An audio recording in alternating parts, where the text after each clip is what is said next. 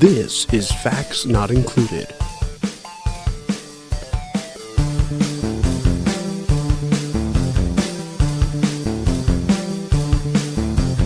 And on this week's episode, we dive right into Solo, a Star Wars story.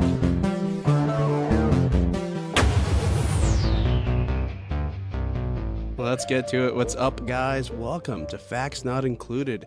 As you heard in a few seconds ago, this is our Solo episode, where we're covering Solo, a Star Wars story brought to you by the great people at LucasFilm. Of course, this movie was directed by at one point, right, guys? This movie was directed by Lord and Miller, and then all of a sudden it goes to Ron Howard. Ron Howard does what he does.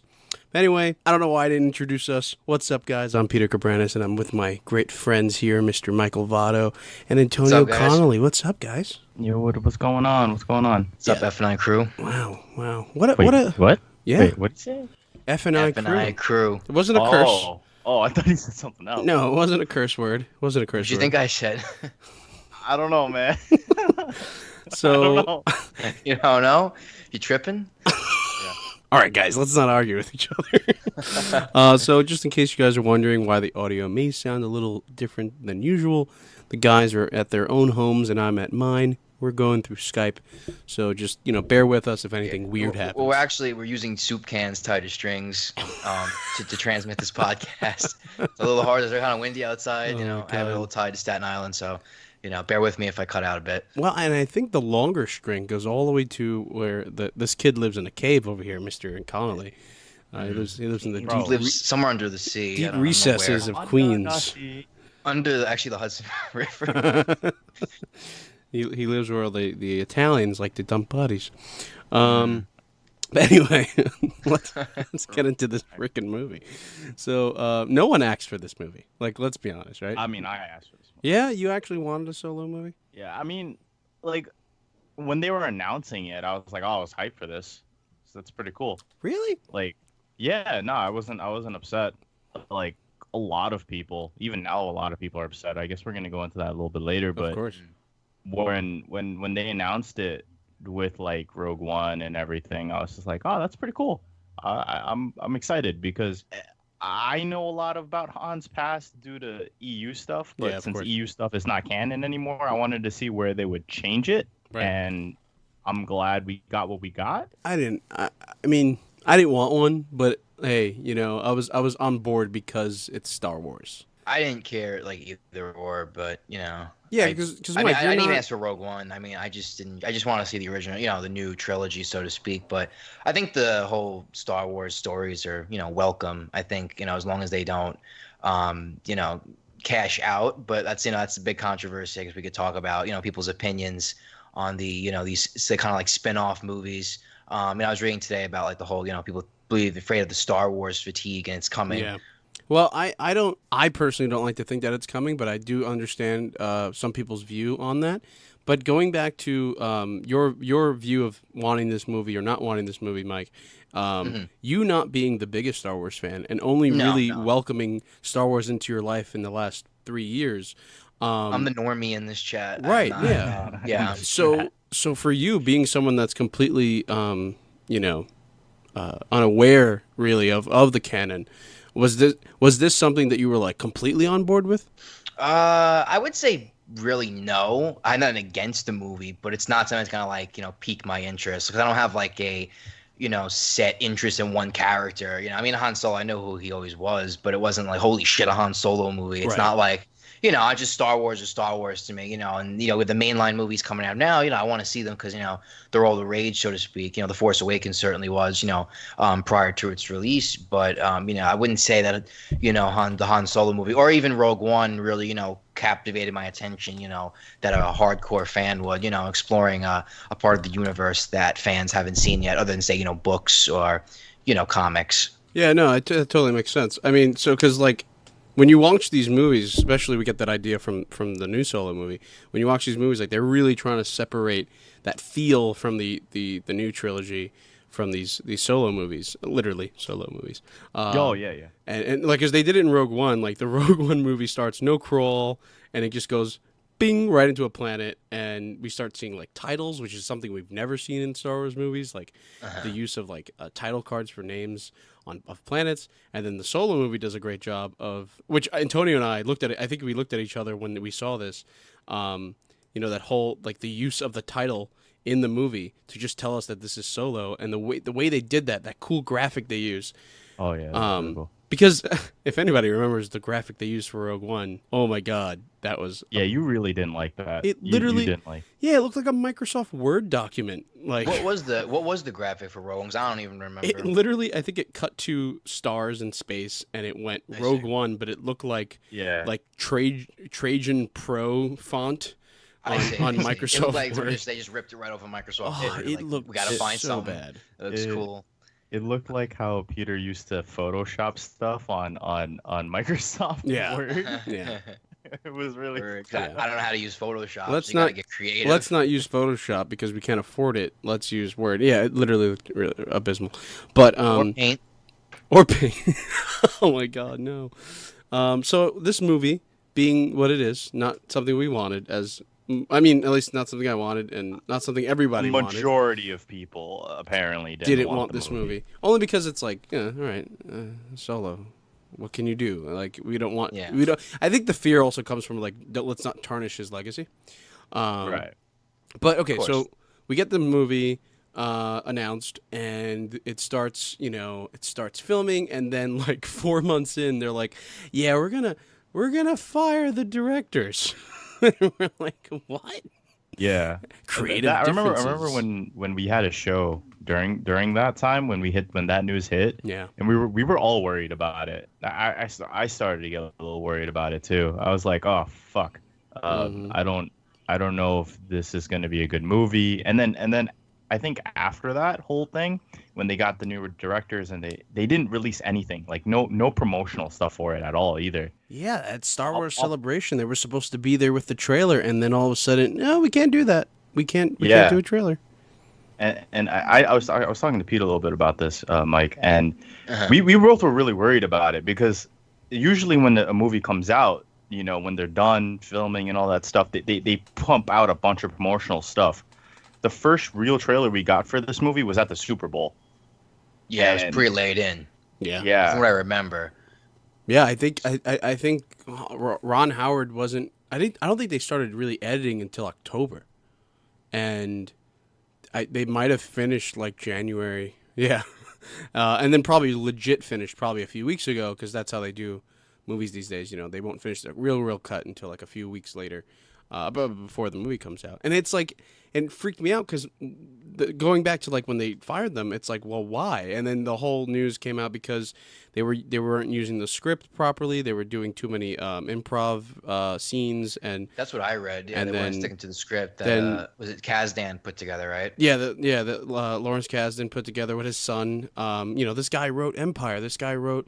I can't remember Force Awakens, with J.J. Abrams, and I believe he wrote, if not, was part of Return of the Jedi. But he's like a huge part of the Star Wars world, and you're not gonna follow this guy's script? Get out of here! And I guess that's how Kathleen. It was pretty heretical, more or less. Yeah, no, yeah. And so what do you do? Where do you go from here? Who do you get? The last, not the last, but like the person that I would have never thought was Ron Howard.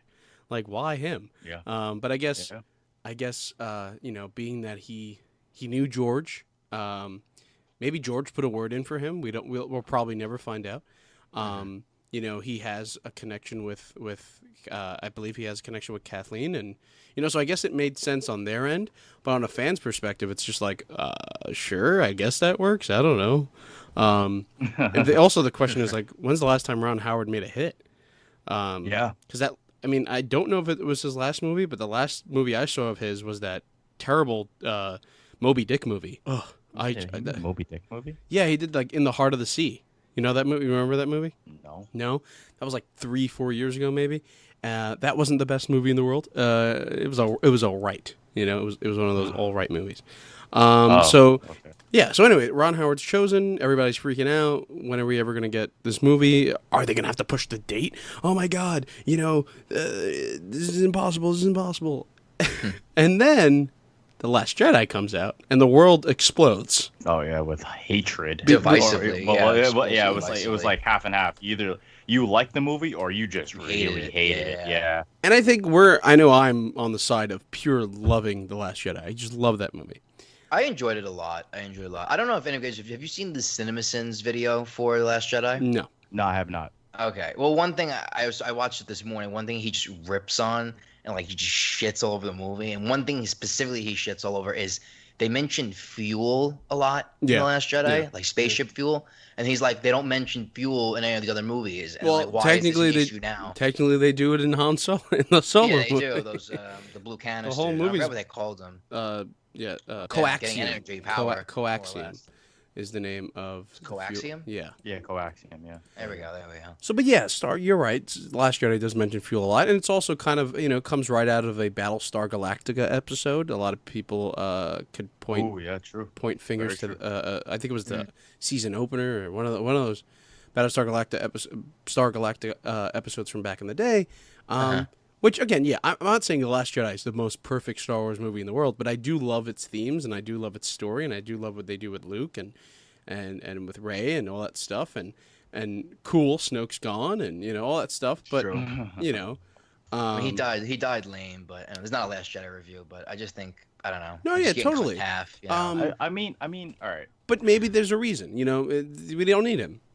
Okay, we move on from that, and maybe there's a bigger bad. Maybe Kylo's the bigger bad. I just feel like he was hyped up to be the big bad of the movie. I don't know, unless in Episode 9 they come back with a even more uber villain who's going to be I don't know, maybe expanded on in the future. I just feel like they kind of wasted Snoke. You know? Well, yeah. I mean, maybe you're right. We won't know until maybe this trilogy wraps up, and we'll get to that when we do. But anyway, the whole point. So the whole point I brought up with The Last Jedi is that.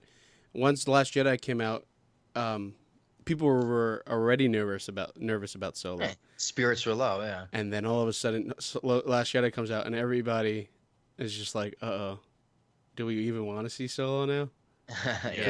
Yeah. Like not me, but like even like it's just nervous, and then everybody's like, "Well, Solo's not going to make money because Last Jedi made a lot of money, but it's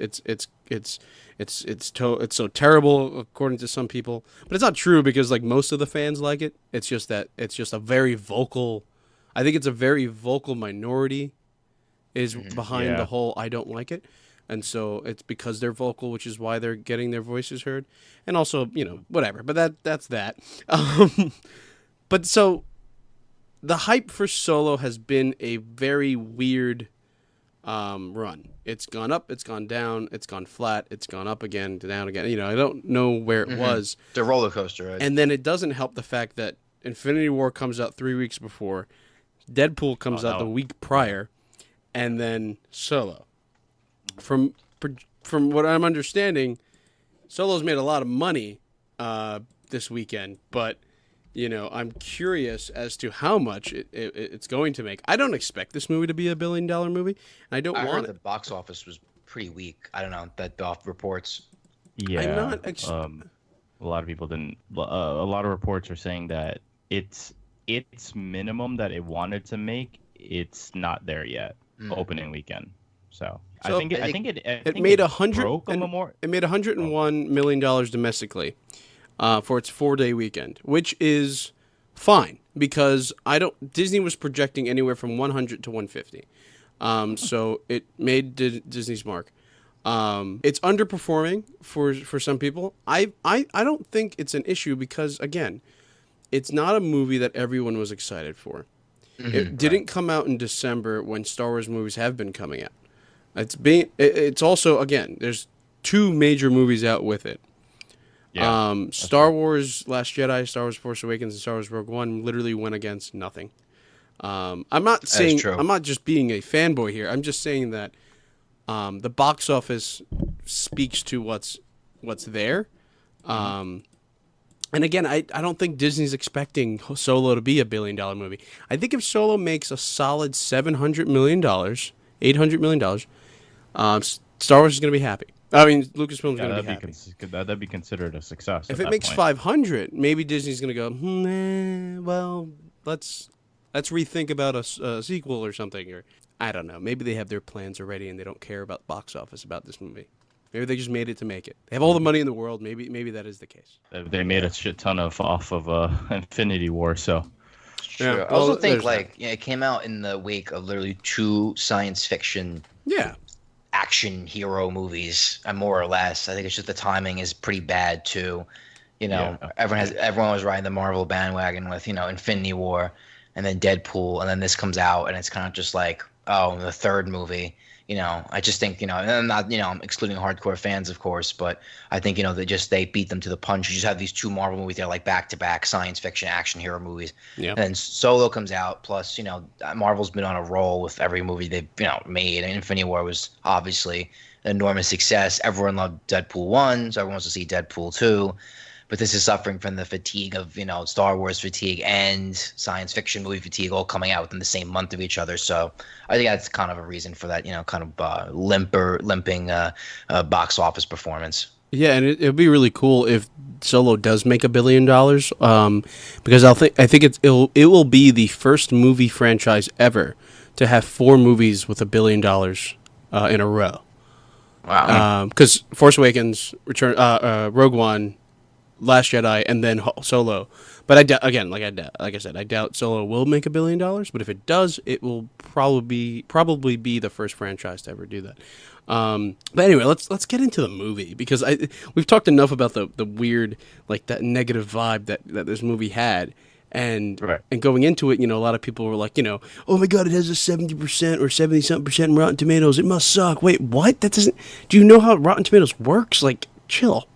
It just means that 70% of the reviewers that tallied liked it. Doesn't mean that only 7 out of 10 liked it, or vice. It means that of all of them that rated it, 70% view it in favor, and so it doesn't I just hate people. But anyway, I agree with you. I don't know if we want to talk about like our why people don't like it part of the review. I want to talk about the movie first before we get into that. Totally. Yeah, that makes sense. Right. So, but I have words for people, man. My gosh. And also the other thing is, I get it. You want to see a movie, and it's a big investment of money, and you want to make sure that you're not wasting your time, so you check a review. But also, like, go in yourself and figure it out. I go see crappy movies. I go see good movies. But, like, I decide on my own whether I should agree with that or not after seeing it. And Absolutely. Same thing goes for this movie, as with any movie. It's all about it. Film is subjective. It's you decide whether you like it or not. I don't have to like what you like. You don't have to like what I like. But still, I mean, definitely this is that type of movie where definitely go see it, because you might totally disagree with what people are saying. Because I think we all came out of this movie going, "Oh my God, that was a lot of fun." It is not the greatest Star Wars movie ever, and it didn't have to be. But it's loads of fun. We laughed. We cried. Okay, we didn't cry. But we laughed. Yeah. We laughed and laughed. We had a lot of fun. We were like, whoa, wow, ooh. There was a lot of those great moments. And I think it even starts like right off in the beginning of the movie, too. It's just like, you don't even expect it to be, him running away right in the beginning of the movie. Finding out, that these dice are so important and all these cool things. And this movie just starts off with a bang, and it's great, and it's perfect for the character too. I would have to agree. The start of the movie is just doesn't do the crawl, because that's what they said. They're not going to do crawls. They're only going to do crawls for numbered films. But the way it starts off and the way you're introduced to Han is great. Everything we've known about him since the original trilogy, since if you read the books and if you read comics, everything you know about his character. It starts off with like something very Han-esque, and I really enjoyed that. Him like basically stealing a car, right? Stealing a hovercraft, and it's just that, like, to me that's very Han-esque. What a scoundrel! Right? Yeah, it's perfect. The outlaw, the not a good guy, but good guy type of. So like anti-hero of sorts. Yeah, Han's definitely an anti-hero. I like I like that whole idea that he's dirt poor. He's living with people of all ages in just like the worst situation. Kind of a foster child to these alien worm things. It's cool. It's interesting. It's a cool idea. I don't know.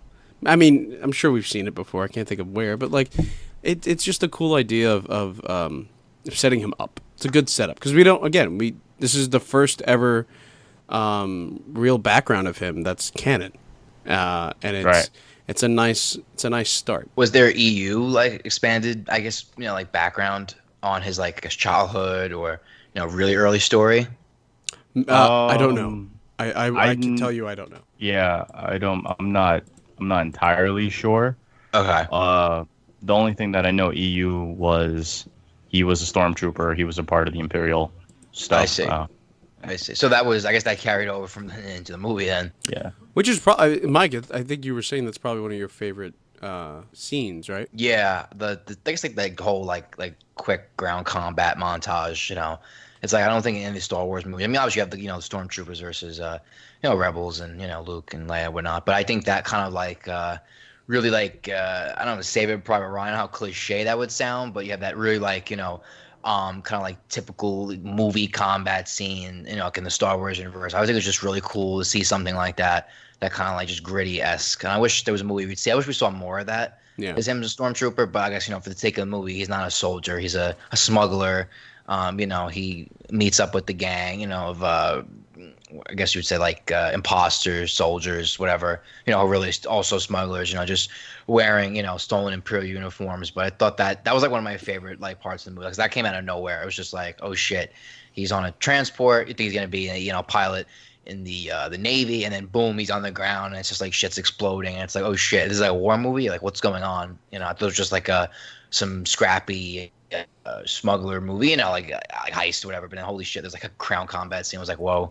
Yeah, I mean, going back to the battle thing, I didn't expect that either, and a lot of people were saying that some reviews I was hearing was that the movie's too clunky in the beginning. I didn't feel that, but a part of that clunkiness probably was that the combat was just thrown in, and we weren't really given a warning kind of before we saw that. So I could see where maybe some people are saying that, but it was awesome because I think the last time we really saw a battle like that was maybe like Attack of the Clones. Rogue One had something. That's like very that. true. The That's Last very Stand true. Rogue Yeah, One was Rogue pretty- One, yeah. but I feel like maybe Rogue One is probably the closer one to that because it felt more powerful, it felt more believable that it was a real battle. Good point there. I forgot. So the funny thing that you brought up the heist. The trailers really played on that. The trailers made you believe that Beckett's character, played by Woody Harrelson. Woody Harrelson, they made you believe that he was coming up with a crew and that he searched and seeked out Han Solo, which is bogus because Solo and him come together during that. Being part of the Imperial Army or Navy, and so the trailer made you think that Solo is some important guy seeked by this man, and it turns out they're both guys just trying to benefit their lives by trying to screw people over, or at least one way of benefiting their lives is by screwing people over. Screwing the Empire over. Or just screwing the Empire over. Good point, yeah. Mm-hmm. And so that was a cool twist because I wasn't expecting that heist to be as early as it was in the movie. I thought that was literally the third act. I thought that was going to be towards the end because the way they were hyping it up. Blew my mind that it was so early. And because I was like, where do we go after this? And then we clearly see where we go after that. But I wasn't expecting that. So that was pretty cool. And that whole sequence itself was awesome because we were told this movie's a heist movie and it's going to be about, them trying to get something from someone. And I just thought it was going to be on the train. And I thought the whole movie was going to be on a train. Pretty cool. It was really cool. The whole heist thing was a really cool scene, but I didn't expect I just thought that would be like you said in the third act. I thought that'd be like very late in the movie, like actually pulling it off. Mm-hmm. But did it almost get like that Captain America vibes when they board the train in the first Avenger? Yeah, I felt that. Oh, in the first Avenger. Yeah. Yeah, I see what you mean. Yeah, no, I get that. Yeah, the winter, it's like a train going on the high mountains, and then the train like almost crashes, and kind of I don't know. I just got that kind of like vibe from the Avengers, that influence or whatever. But yeah, it was a really well shot scene. Like I think just definitely like shows that Han Solo is like just this nimble rogue type dude. He's like I don't know. He's just kind of outrunning the law, but he's still kind of like I don't know the word, clunky kind of his character, but I guess it's obviously deliberate. He's not like he's in like the original trilogy. He's still young and kind of Well, yeah. inexperienced. So it's like he's still making mistakes, but he's not as like he's still like cocky, but he's not like he doesn't have like the skill to back it up. So I thought that was pretty neat. So it's funny because you mentioned the timeline, because from what we understand, that it's 10 years before A New Hope. But there's also a time jump in the movie itself because, and we'll talk about Kira in a second, but, they haven't seen each other in a couple of years. It seems like, it's been a while. I don't recall them showing a time. And so I'm curious as to 3 where. years later. Is that what it said? Yeah, it was 3 years later. Yeah, he's actually right. That's when, Wow, I must have been.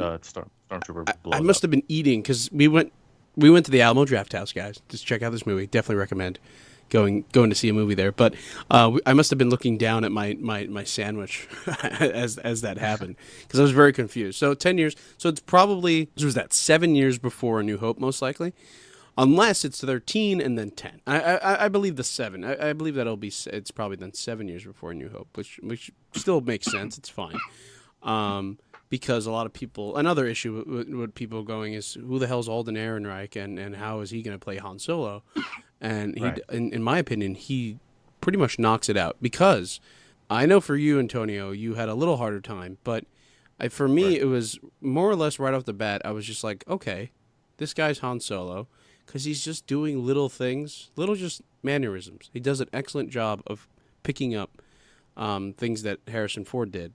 In the original trilogy, and even in The Force Awakens, that just say Han Solo, and also little quips that are done in the comics or said things that are just done or said that he does pretty well here in this movie as well. But what about for you guys? Did you feel that he was tough to get as Han Solo? I would say before the movie came out, I was like, this dude does not look like Han Solo. Right. But I didn't see. I don't know what he said. I didn't know what he sounded like. I know obviously you can't see some of his mannerisms from a poster. Sure. But when I saw the original promotional posters, I'm like, this guy is not Han Solo. Like, what the fuck are they doing? But once I finally went to go see the movie, I'm like, all right, I can believe it. I mean, I don't know. I feel like Harrison Ford, you're not going to replicate him, whatever you do. Even his face. I think about Harrison Ford, the act, his ability. I'm just saying the way Harrison Ford looks, I just don't know. Maybe just the body shape or just the way he played the character. It's just, I don't think it's possible to replicate. Right. I just trying to imagine. I'll admit, I still can't really imagine seeing Harrison Ford 10 years younger. And in that case, I mean, Han Solo 10 years younger playing that actor. I don't know. They don't look. It's just trying to think his face morphing in 10 years to Harrison Ford. I just can't picture it. I'm not saying I think he did a very good job playing Han Solo. I think he definitely nailed down the character's movement, his mannerisms. He even sounds like him. But I'll admit I don't see that transition. It's not but you know what I mean. Yeah, but see, me personally, I don't need him to look like Han Solo. I just need him to make me believe that's Han Solo, and that's all I need. I mean, not saying I needed him to be a different, completely not looking like Han Solo, but close. Get me close enough, and as long as I could believe in the character, then I'm fine. But Antonio, I definitely believed in it. I definitely say I believed in the character though. Yeah. What about you, Antonio? Yeah, like you said earlier, it took me I'm not gonna say a while, but it took me a minute to really equate young Han Solo to I guess older Han Solo, Right. Because one, again, he doesn't really look like Harrison, but the way you said it is the way he acts, the way his mannerisms, the way he goes about it. You could easily put one and one to the point where, yeah, he's a rookie. So he's a rookie. He doesn't really know anything. He's not that hardened, soul that we get to meet in Episode 4. Yeah. We don't know. There's still a lot to his tale that we still don't know, Sure. right? A lot of shit could happen in 7 years. Yeah. Yeah, look at us. I mean, you go from high school to college and out of a job. No, It's true. So exactly. And another thing I would have to disagree with Mike about is that I feel like the longer you kind of stare at is his name Aaron? Aaron Alden? Reich. Alden Ehrenreich. He's a Weird gentleman. ass name. Yeah, Alden's face. The more you kind of stare at it, and the more he's acting as Han Solo, you kind of start to see Harrison a little bit, in my opinion. Yeah. Just as like you can like as we were saying, it's like a 10-year, 10 to 7 to 10 year like span between this movie and A New Hope. So, I can see it a little bit. I mean, again, it's just my thoughts about it. I'm not going to say I'm 100% sure, but I can see it, right? Yeah, like, no, totally. That's the one thing. Like I can argue about somebody, I can see it, right? Yeah, I mean, and we spoke about this after the movie. There are moments where he just smiles, and I fall in love, and I'm just like, oh my god, that is Harrison Ford. Because also, if you read the comic books, the canon ones, there are times that he doesn't look exactly like Harrison Ford, and it looks like Han Solo. It's I know that sounds stupid, like what is that? How does that even make sense? But it may not be the exact caricature of Han. It's a caricature of Han Solo sometimes in the comics. So because different artists draw him, and not every artist is going to draw the exact same thing, and so that's what I equate it to, and which is why I kind of fell in line with it more faster than probably the both of you, because I'm just so used to not seeing Harrison Ford all the time. Or at least a picture of Harrison Ford all the time. So it's fine. I mean, I get what you're saying. Yeah. I think of I'm trying to think. I'm trying in my own, I guess, how I would see it. You see the character in a comic, or even like Marvel, for instance, the character is drawn and written in one way, and in the comic books, and then in the movies is portrayed. He acts different or looks different, or sounds different, whatever. It's just her personality is like tweaked. So it's kind of like you're saying, it's just different. It's a different interpretation of Han Solo in this movie. Yeah, more or less. It's still Han Solo. It's just I guess you could say it's Ron Howard's, or really in this case, I guess I don't know who you'd say really was overall responsible for creating this Han Solo, but and the actor, of course. But it's a different interpretation. It's Star Wars, where it's a different interpretation of Han. Yeah. And Star Wars does it all the time with the cartoons. I mean, Anakin doesn't look like Anakin in the cartoons, but it's a cartoon, so like there you go. Yeah. So it's they do it all the time. It's nothing new. But I do appreciate the way that they accomplished it here. But Han Solo is not the only character in this movie. I mean, we have some excellent characters in this movie. But the first one I would like to talk about a little bit is Kira. Kira is spelt, actually, I think it's Qir''A. Oh, Q. I thought it was with a K. Yeah, I think it's normal Kira. I think it's Kira. Like, it's weird. But anyway, really? We're introduced to her basically right in the beginning of the movie, and you could tell that they are madly in love with each other. And curious if maybe how I don't remember the specifics of the movie, but I don't know how long they've known each other, and they probably said it. But it's clear that they're in love. They've probably known each other for a long, long time. They've probably known each other since they were kids. Yeah. And that's what I got implied. Me too. They've been slaves it's in the Corellia since pretty much they were born. Yeah, that's a good point. Because they're like, who goes back there? Why do you keep wanting to go back exactly. there? Yeah, that's a good point. They probably have known each other for a very, very long time. But yeah, they clearly are in the thick of it. They're very serious with each other. They want to get a ship together, and they're ready to escape with. At that point, they get to the point where they're gonna escape with each other, and she gets captured, and then we don't know where she goes off to until we see her later in the movie. But did you guys believe that right away? Did you believe that relationship? I did. Oh yeah. I did, of course. Yeah. It was sold well. It was sold as legitimate. But I was wondering, what's going to happen to her? She's not in the original trilogy. Obviously, she's never mentioned again. Leia obviously is the famous love interest. I'm like, so what is her story? I didn't believe, honestly, I didn't, I'll admit, maybe I got, suckered. I didn't believe that she was going to betray him. It's not, I feel like it wasn't hinted at all. That was, zero hinted that she was going to betray him. What I thought is that there was gonna be a love triangle, that she was gonna be engaged or married, whatever. To that, what was the dude's name? The big smuggler, Vosk. Oh wait, big smuggler. Yeah, the dude who has the penthouse. The dude they oh yeah, Vosk. Vosk, yeah. Yeah, I thought it was the whole thing was like he was gonna like she was in love with. I thought that was gonna happen. Like they've been apart so long, she's kind of moved on from him.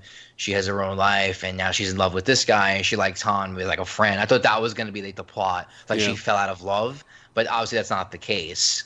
No, it's a good So point. I would say that it was done cleverly because that's what I thought was going to happen. I didn't think she was going to betray him and then end up to be a Sith apprentice, or I may be wrong there, but that's what I took. Definitely when definitely certain not a someone Sith. showed up in hologram form. Well, he's no longer a Sith, but we'll get to him later. Okay. But yeah, no, I agree. I don't think I saw that coming. I don't think I saw her. It was clear though in the movie that she was being held back by something, but I didn't think it was. Yeah. I didn't think it was that cloaked figure. I thought it was. You're right. I thought it was Dryden Voss. I thought it was his character. Dryden, there we go. I thought it was his character pulling her to agree with him and just you're being enslaved by me, or you're my sex puppet, or whatever it is. I don't know, but I thought it was him pulling the strings on her. But it might have been also. I mean, it could. We're probably she not definitely wrong. was his slave. I don't know if I don't think they imply that she was mutual. I don't think she liked him at all. Yeah. But she was, I guess, eventually got off Corellia through him. He probably bought her or whatever, and then made her like one of her his trusted servant. That's why I take it. That's probably I think what happened.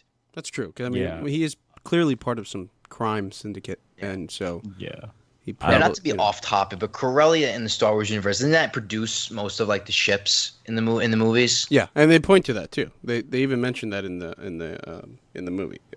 Solo says that his dad created ships just like the Millennium Falcon, so which is probably also why he loves the ship so much. Makes sense. Because his dad made those for a living. Yeah, I mean, good take from that, because I didn't really, I didn't really remember that until just now. So good point there. But yeah, so that scene where she gets taken away from him, and then we find out what we've all been wanting to find out for years is, why is his last name Solo? Sure. I did like that piece. I really did like that piece. Me too. It was. It forced. It worked, in my opinion. Just like it's such a cliche thing, like to go up to a person who's doing like registrations and stuff, and they give you your name, but it's just such a novelty cliche stuff that you would expect out of Han's character. Like, for me personally, right? Some other people may disagree with that, but I don't know. I think that cliche whole stuff right there, it just works. It's like you didn't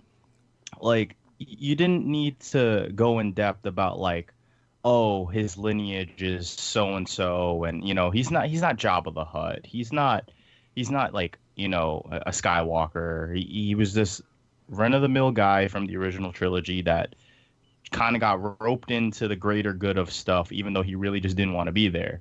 But eventually he becomes the great Han Solo, right? Mm-hmm.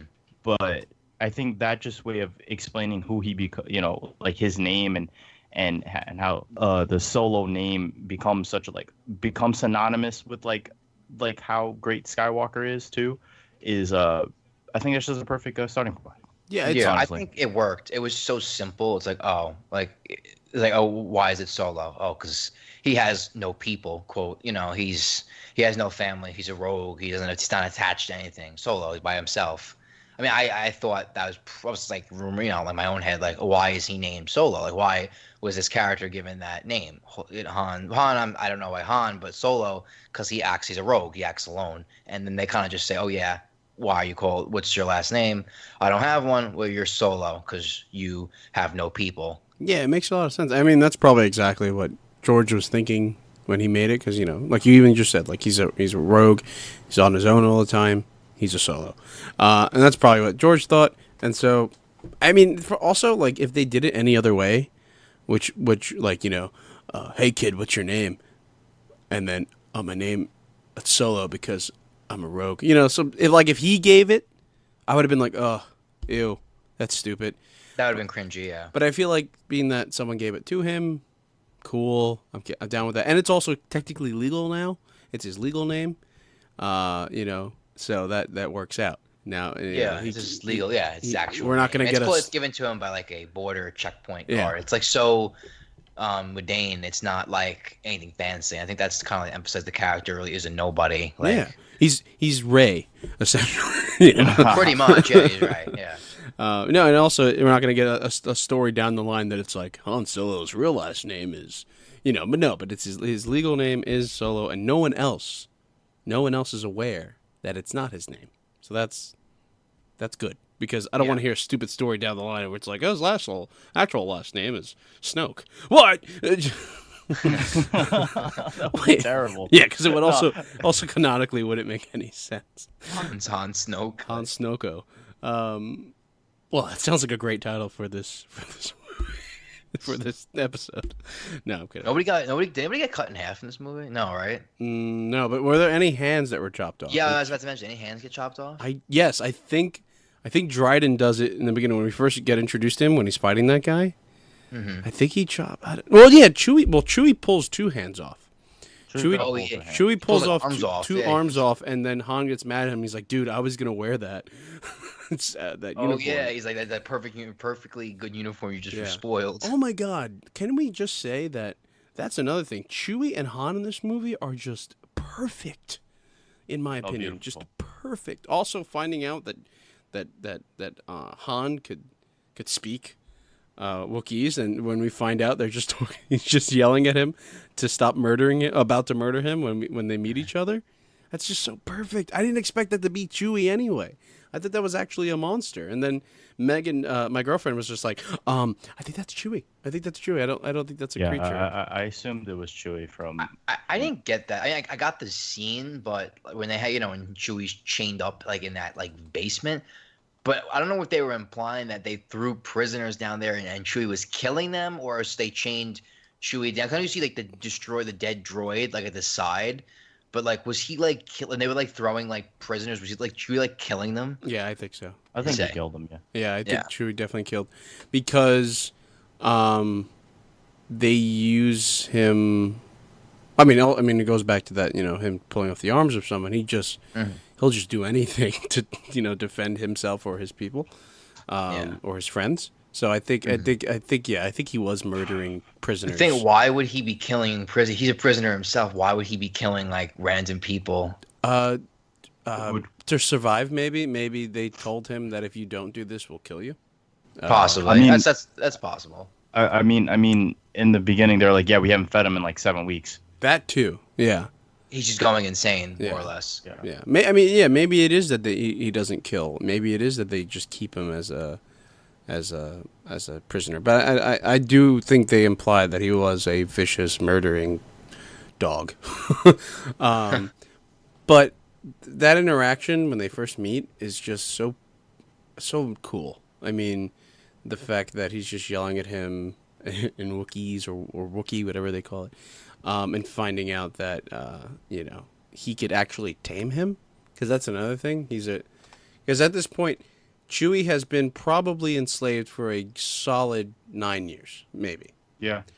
So he's probably, when you're in a certain confinement, as we find out in real life, your brain starts acting different, and you start becoming more animal than human. And granted, he's not a human, but you start becoming more animalistic. And so, the fact that Han could snap that out of him, and he could more or less become his friend, was really cool to see. Because again, like I said, we're finding out with human beings in solitary confinement for so many years, they start becoming a little senile. And it was cool for me. I don't know. Yeah, I agree. I think that scene, like in my opinion, was pretty like, I don't know if you guys felt like scary. Like I thought it was pretty like hair raising. Like it was like, whoa, it's a little like creepy. It's like lighting, and it's like he's in the dark dungeon, and then this monster comes out and like it starts attacking him. And it's Chewie, but you're like, why is this dude like so like feral? And then like he speaks Wookiee, and that kind of like stops him from like killing him. And he's about to kill him. He's gonna drown him in the mud. And I'm like, oh shit. And then they finally like, I guess once he like, hears the Wookiee, like it like snaps him out of it. It's like his only connection, like because then he just sees him as another animal. But once he like speaks the Wookiee to him, it's like he's like, oh, this is like somebody like that's trying to be a friend. Like I shouldn't kill somebody that I actually can understand.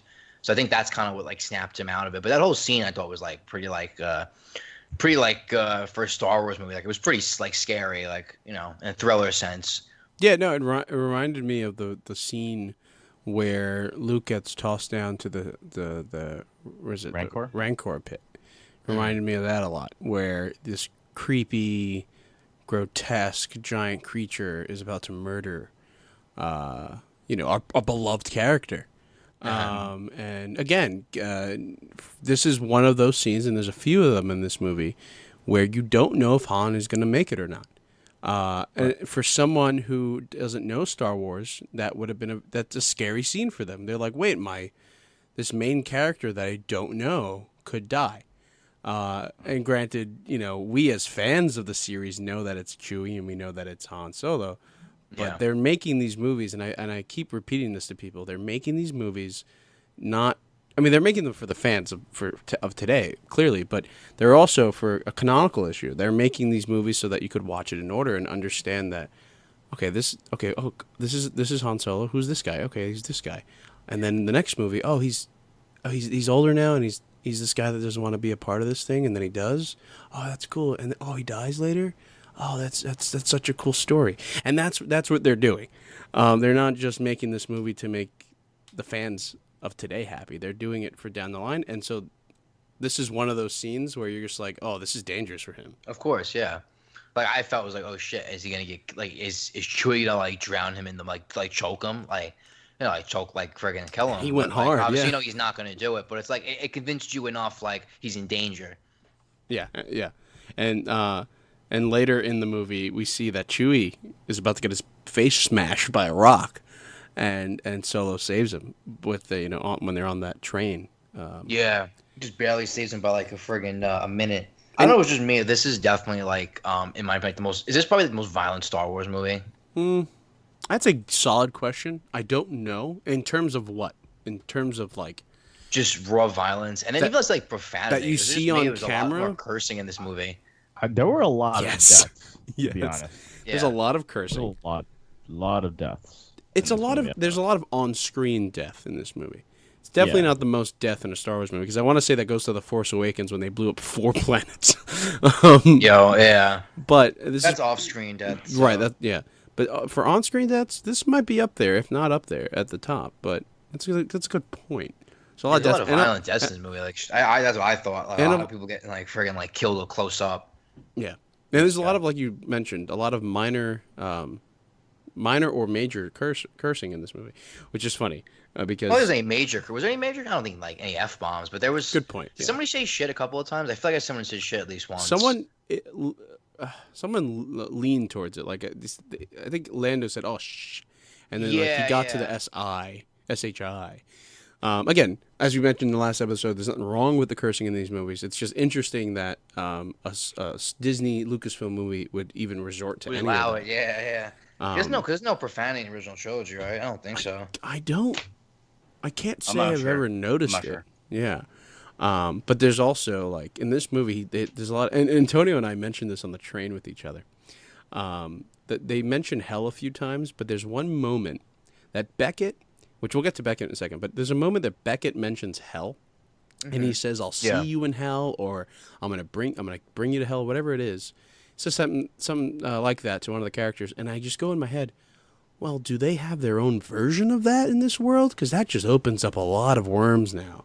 Again, it's minor, but is there like I mean, obviously, the things of the movie, there's the whole Jedi. It's a religion, belief, but is there a religion in Star Wars that common people believe? Is it just like that science fiction? Each planet has its own gods. I don't think that's that. What it is. I don't know. Yeah, I'm sorry. I have no idea. Is there an afterlife in Star Wars, or then Force ghosts? The only Jedi? thing I could think of that has an afterlife are the Jedi have like the ghost ability, but the rest I don't know if that's ever been touched. I don't know, and that's the part that weirded me out, because he mentioned something like that, and I might be wrong. Maybe he didn't say that, but I'm pretty sure I heard that, and that was just like, whoa, they do have a version of that, or maybe that was just something not even. I'm clearly thinking too much about it. I'm clearly going in too much about it, but maybe I'm not. I don't know. I don't think so. I was pretty curious. I know. Actually, they do mention hell a whole bunch of times. I was like, do they have like what's the religious concept? Because not everyone's obviously a Jedi. So what does the common man believe? Right. Weird. I feel like they've talked about it, but I don't know entirely what it is. Clearly the first time in a movie, though, I think, right? Where they really go into that. Yeah. It's bizarre. I mean, at Uh, first glance, most people are going to be like, "Oh, you're nitpicking, right?" But Right. I don't know. We find out in 5 months that there's a new comic calling out Star Wars Hell. Where they go. Sith go. Yeah, They right. die. Exactly, right. Who knows? But so after that Chewie scene, we get introduced to Beckett. Beckett, who's this? We don't know how to feel about him. At least I didn't know how to feel about him at first. I was just like, I was like, it's Woody Harrelson. That's right. So this is going to be funny. This isn't going to be Yeah. serious. But no, it was very serious. But at the same time, it was like I don't know how you guys felt, but at first I was like, is he going to screw him over? No, he's clearly on his side, or he's just doing it to benefit himself. I'm not sure. And then we find out later that it was kind of all of them. It was a little They bit were of all all of dicks. them. No, I mean, like, Beckett was a little bit of the three. Like, he was helping out Han, he was doing it for Yeah. himself, and he was actually going to betray him. Like, because he does benefit Han. He tells him, don't trust anyone. He's teaching Han how to do certain things. He also goes behind Han's back, and at the same time, he just does it all for himself. He just wants the coaxium and just to make some money. So at least he was honest. yeah, he's probably the most honest character ever in Star Wars. Yeah, honestly, I really like Beckett's character. I honestly like. You could like towards when you're watching the movie, you're like, for me personally, I was 50-50. I wasn't sure because technically he's Han's mentor, right? Throughout the whole movie, Yeah. he's like Han's mentor, and I think watching it, I wasn't sure if he was just gonna go off and do his own thing, and then we never see of Beckett ever again, or he's gonna betray Han like almost everybody does in Han's life, like besides like Chewie and Luke, right? Like and Leia, right? Those are the only people that never betrayed him. Yeah, I thought they were gonna fuck him over. The whole, deserter team at some point was gonna like just, backstab him, but they didn't. But they all die in the friggin' in the train scene anyway, except Beckett, obviously. Yeah, I'm curious of going back to like earlier about the whole Ron Howard, Lord and Miller thing. I'm curious of how much of the Kasdan script did Lord and Miller follow, and if so, or if not, actually, did they make Beckett's character more comedic?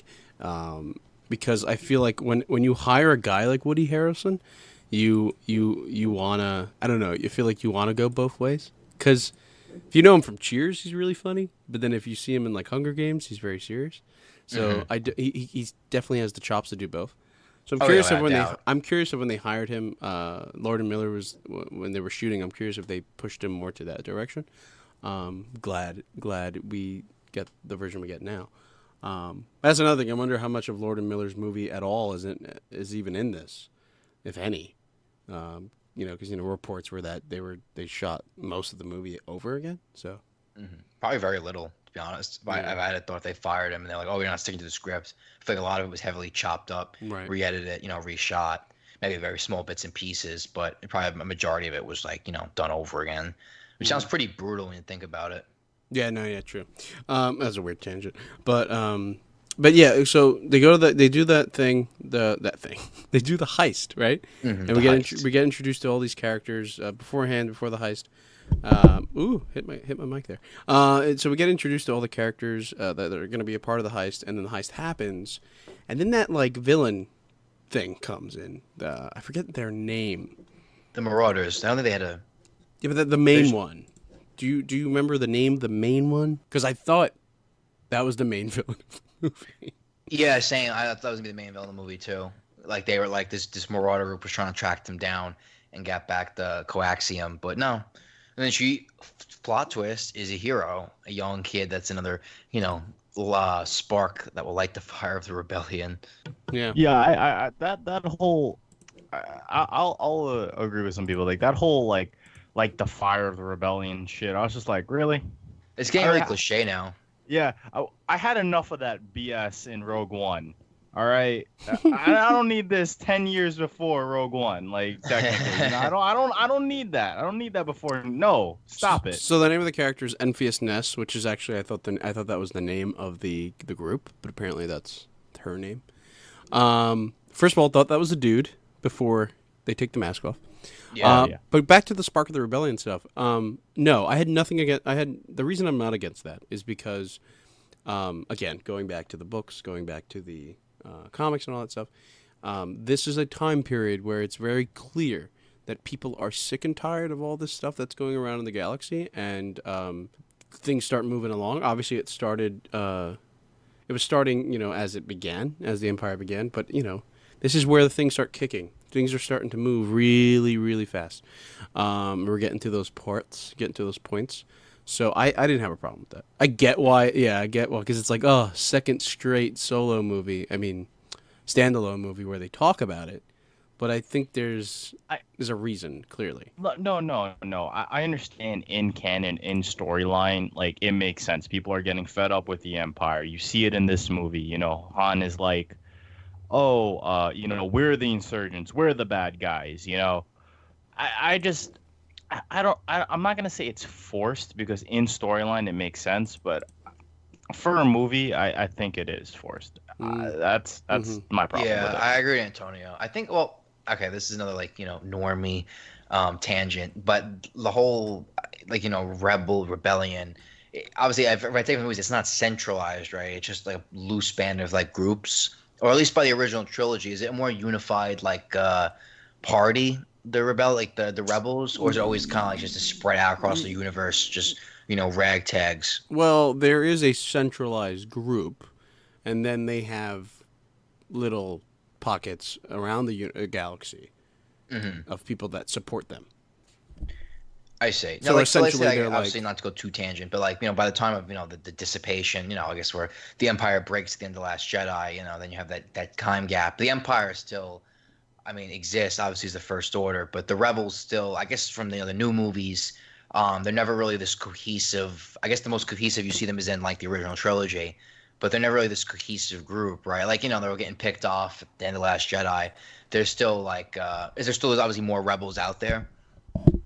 Well, to go back to Last Jedi, you could see that when Leia sends out the distress signal about, are we going to get any backup, and no one answers. It's clear that people are. Well, I think it's clear that people are scared of the First Order, so maybe that's why they don't respond, or maybe maybe it is that Leia lost her grip on the world, the galaxy. We really just don't know. Maybe people don't believe her anymore, or whatever it is. And that's really complicated. That goes back to, if you read Bloodline, a lot of people lose touch with Leia, finding out that her dad was Darth Vader, and they don't want to believe her anymore. Yeah. And they're just like, ooh, if that was your dad, what could you be up to? And stuff like that. That's true. But going back to the timeline we're in, I think the rebellion at this point, as a group, is close to being solidified. And then they get their shit going in Rogue One movie. Yeah, so the Marauders are like proto rebels, more or less. They're just local. They're just a local band of resistance. It wasn't anything like galactic. I think exactly who they are. I think that's exactly who they are. They're kind of like, if you were to think of United States militia, they're just localized Northern Carolinians. No. Yeah, that's where I would go with that. I see. Yeah, that makes sense. But yeah. Oh no, I was and if you watch Rebels and stuff like that, you get a sense of what they are. It's even Forrest Whitaker's character, Saw Gerrera, is a part of that. It's bands of people just fucking over the Empire. And he's more or less basically like the Bernie Sanders, or not even Bernie Sanders. Fuck that. He's like the Vladimir Lenin of the rebellion, meaning he's so out there with his views that a lot of people were just like, we need to get rid of him, and which is why he was exiled into where he was, being alone and had his own group, because he was part of the rebellion at some point, a very strong part. And then he started having these funky, weird ideas where we need to go stronger and crazier. But he's a big stretch. You went from Bernie Sanders to Vladimir Lenin in about 5 seconds. I mean, that's where. No, because I was reading an article once where people were like, "Oh, he's like the Bernie Sanders," because it came out during the election time. So that's where people. But I would think he's a little bit more extreme than Bernie. People think Bernie's extreme, but I would go further. He's much further on the spectrum. extremely far in the spectrum for some people in the Star Wars universe. Uh-huh. But yeah, people like that. The rebellion is clearly building up, and they want to get as many people around the galaxy to believe in what they believe in, and figure out can we get rid of these people. And it's clear that other people are taking advantage of that and just trying to just attack the empire at will, which is what Beckett is doing, and which is what Solo is going to try to do. So we get to the point where we meet Dryden Voss in that weird like tower thing. It's really cool. Space tower. Yeah, I was kind of scared for half a second. I thought they were throwing us into this weird, Last Jedi casino world thing. Canto bite. I thought it was a Not mini. that again. I got scared. I thought it was a mini Canto bite, and I was just gonna go, This isn't good. Yeah, no, seriously. And then I realized, no, it's really just a very relaxed version of that. It's just people at a cocktail party. I thought it was cool.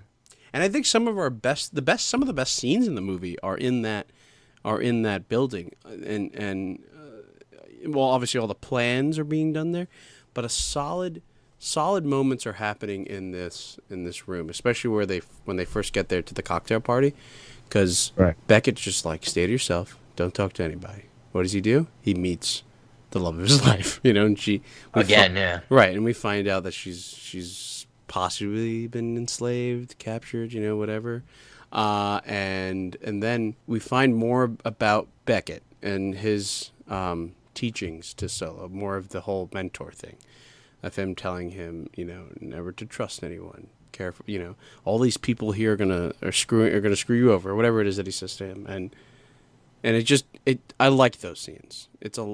They were just solid moments.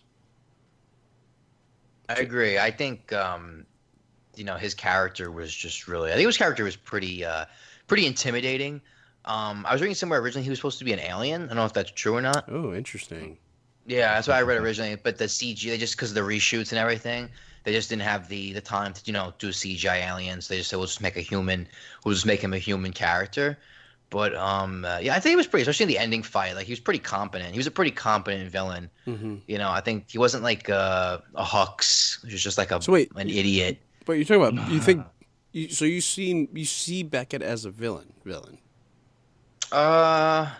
Yeah, I would say that. Yeah, I mean he's pretty sketchy. Obviously, he's still. I mean, even though he's like, he's like, oh yeah, I'll be honest with you, don't trust me. He still fucks over Han, so he's still a villain in my eyes. Right. I see him more as an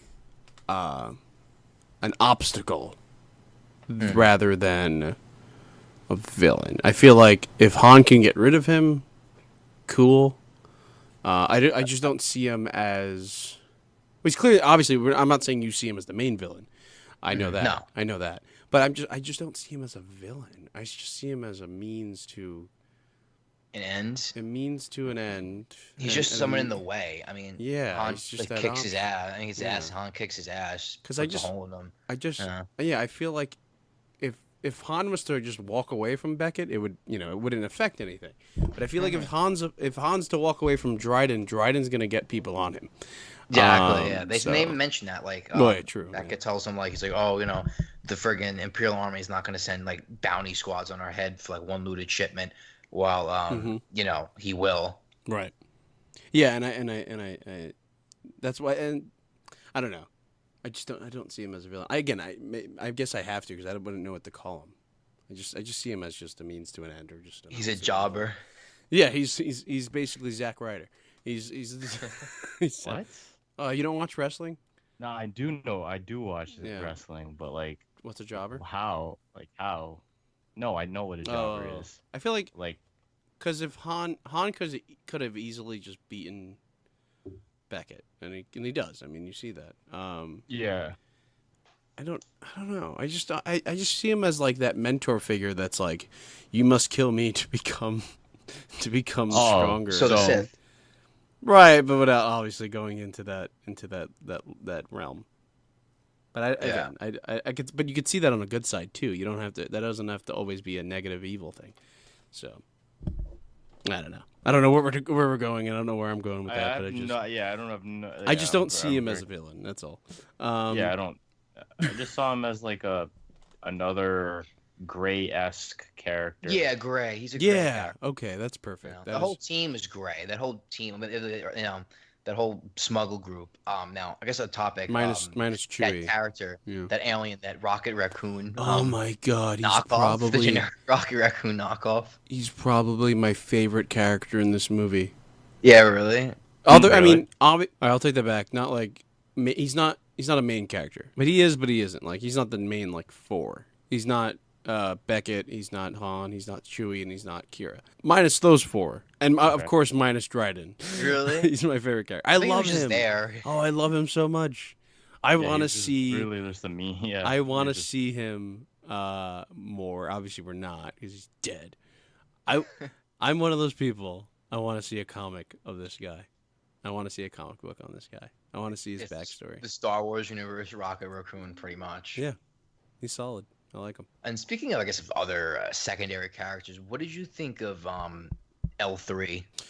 The sex robot. Yeah. Pretty much, yeah. Donald Glover's sex robot.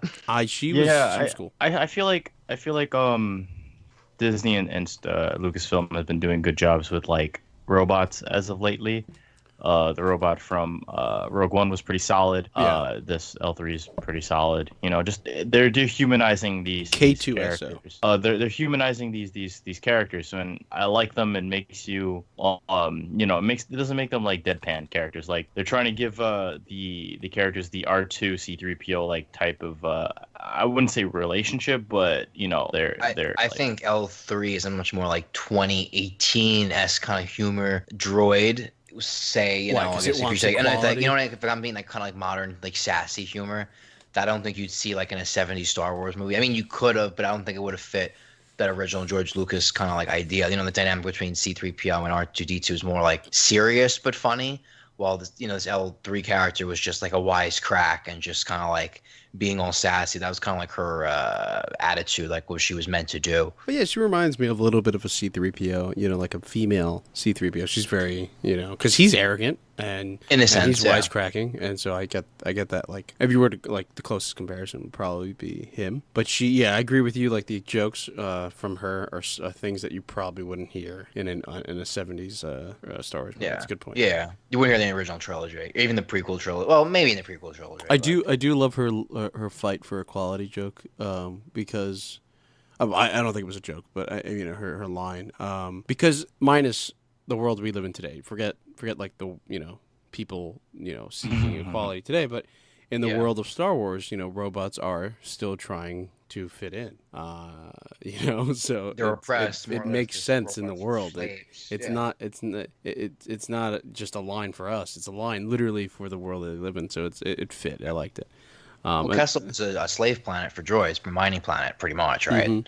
Well, yeah, it's not the only one, but yeah, one of them, yeah. Yeah. Let's talk about. I want to talk about the droid. I don't know. I thought it was my favorite probably scene in the movie, other than the Saving Private Ryan as like ground combat scene, Mhm. was the droid rebellion when they're just like fucking the droids are just going ballistic. She breaks all the inhibitors, and then my favorite robot's the one that's like just the trash can. He's stepping Like on the trash. keyboards. He's like jumping up and down the control panel. I was like, I don't know why I found it so funny, but the robot designs are like so like they're stupid, but like it fits the whole like I guess the 70s Yeah, sci-fi theme, yeah. coming out of nothing. But I love my favorites that trash can. They were like it's like the trash can scene at McDonald's, like that robot. And he's just like jumping up and down, Well, it's like smashing everything. I like the point that you bring up like the old classic '70s robots because the robot that's in like almost every Star Wars movie, he gets killed in the first like 10 minutes of the movie. The trash can robot. No, the black one that was standing and he gets run over. He was like the crossing that guard too. type of thing. He's in like most Star Wars movies, like as like a different color or whatever. Uh-huh. And so like he dies in this one. That was cool. But yeah, that's a great scene. The rebellion. It's so cool. I wasn't expecting that. I wasn't expecting her because I love her line. Like I found my true calling. It was great. This movie's Yeah, so that was funny a though great too. That's scene. another thing. Like there's great lines in this movie. There's some just great moments of just pure laughter that could only come from Lawrence Kasdan, I think, because it does feel like I'm not comparing it to Empire by any stretch, but it feels like Empire in the sense of like just the words that were used, the script, that feeling of just it's a serious movie, but we're gonna throw in some laughter to fill in those gaps. And like Empire does a great job of that, and Force Awakens does a great job in that, and so does Solo because it's written by the same guy. This guy knows how to write. Exactly. He knows the universe. He knows how to craft that universe and kind of, put the things together where they make sense. Kind of create that cohesive picture. And that's that thing that Last Jedi for some people misses, and for me too a little bit. Some of the jokes in The Last Jedi don't feel Star Warsy. Yeah, the whole opening scene with Poe that when phone he's talking call to Hux thing. through like his voice comm. That freaking that was like so Verizon stupid. joke. It's basically what it is. It's just an old quip to that, those old commercials from Verizon, and it's just like, really, and that speaks to. I like them. That's funny. No, fine. Yeah, it doesn't not work. Excuse me. Doesn't mean that it doesn't work for everybody. I'm just saying, like, the first time I saw it, I was just like, oh, that's weird. That's weird. Yeah. It doesn't. But this movie didn't have that kind of humor. No, which is the cool. movie- humor kind of hit. The movie I guess had it fit in Star the universe. Wars It was humor. maybe it wasn't funny. It still kind of like fit in the universe, so to speak. It didn't feel like why are like in the Last Jedi, I'm like, why are they using like modern speak? Yeah. It just doesn't fit the universe. Like when when Paul was speaking to Hux through his his radio, I'm like, why are they using like I don't know, like Earth slang like you would see, in the street? Why are they not speaking like that kind of like, I don't know, not say British, like that kind of like that fancy dialect, so to speak, that kind of like regal, fantasy-esque science fiction where everyone's kind of like polished and educated, kind of speaks in that old sense, that kind of like old English. No, I what I'm agree. saying? And I guess the good way to something I compare it to is Star Wars jokes are more like dad jokes, where they don't have to always be funny, but it's a joke. And I don't know, but the jokes in this movie clearly land. There were moments that I think our audience that we were with was pretty solid. They're solid audience, pretty, most of them are pretty good.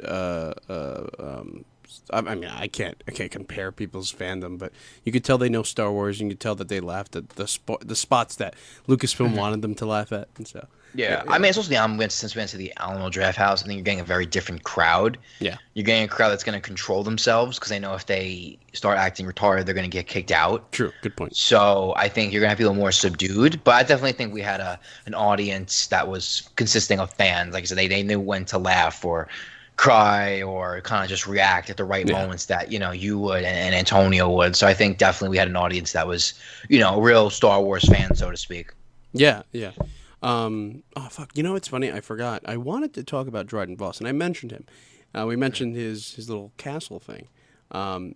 There's so many Easter eggs in that little room of his that a lot of people probably don't know.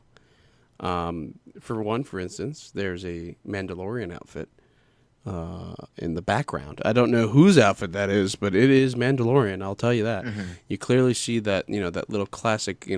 What I like to call the mailbox design that they have on their helmets, and then also something that he has that is huge on one of his desks is a Sith artifact, a Sith holocron, which for some people that don't know what those are, the Sith, including the Jedi, but the Sith would basically they're time capsules. The best thing I could describe it as. There's information on there. It's all holograms and stuff, or information that are on there, and you open it up, and it tells you a story, or a lesson, or just a message from someone in the past. And I see. This one being That is of the Sith allegiance. Yeah, because there's Jedi holocrons too. Right. Yeah, and there's one. There's actually in the first episode, I believe, of Rebels. There's one that Ezra finds, and I think it's of Obi-Wan telling him of something, but he finds one. And so I'm curious, but this one being very, very large, I'm curious of what's in there. And it could be just there. Nothing's probably in there. It's just an Easter egg. It never was intended to be more. Right. It's very possible that is the case because that happens in Star Wars. They do things like that. But I'm curious. I'm curious of what's in there. Yeah, I mean, I guess we could go to the whole, I guess that one greater, the scene where, someone shows up in a hologram. a greater connection to the mainstream Star Wars universe, Jedi versus Sith. Yeah. For me, I was just, oh shit, it's Darth Maul. I'm like, Yeah. oh wow. I thought it was gonna be Emperor. I thought it was gonna be Palpatine actually at first because the hologram. But I don't know. Do you guys have any deeper insight into that scene? I know I don't because I don't watch the Rebels or read the comics or books. So do you have any deeper insight into that scene? Why he shows up? I mean, it just if you watch Clone Wars, he's kind of there. He just wants to basically destroy the Empire. He hates Palpatine, and I guess doing it through the cartels and the trade, the syndicates is the way to go. So you're telling me that so you're telling me that Darth Maul eventually turns on the Empire himself? Oh yeah. Yeah. Oh yeah. Yeah, of course. There's so for people that don't know this, major people that don't follow the non-movies, he dies in Phantom Menace, but in actuality he was alive. In the Clone Wars, he gets robotic legs. They're more like spider legs made out of just used metal and plastics and whatever. And then he winds up getting a pair of really nice robotic legs. Which you see in the movie, which is pretty cool. Right, yeah, you do actually. And he gets those. And so his job is to seek out Obi-Wan and to kill him because of what he did to him. Yeah, makes sense. And he gets very close to doing that. He winds up killing Obi-Wan's love interest in the end of Clone Wars, I believe, if not in the comic Son of Dathomir. I can't remember, but I think it's in Clone Wars. And then in the Son of Dathomir, It's in Clone Wars. Yeah, it's in Clone Wars. Yeah. Yeah. And then in Dathomir, in Clone Wars and in Dathomir, he teams up with these very for some people non-Star Wars type of thing, but I enjoyed it. These witch sisters, Mother. What the fuck is her name? Anyway, he gets involved with these people who basically raised him when he was young and goes after the Emperor. Does that in Son of Dathomir, and then he gets involved in like mob stuff. And so that's basically where he's at now. Interesting. And so he's basically a mobster. He's just trying to just make money at any means and get back at people any way he can. And so I guess that's where he's at now. And I'm assuming those 3 years that we don't see Kira at some point met Darth Maul because they clearly know each other. And being that it's on the ring that was on, she was able to message him through the ring that was that Voss had. It's very clear that maybe Voss introduced them. So Voss knew Darth Maul as well.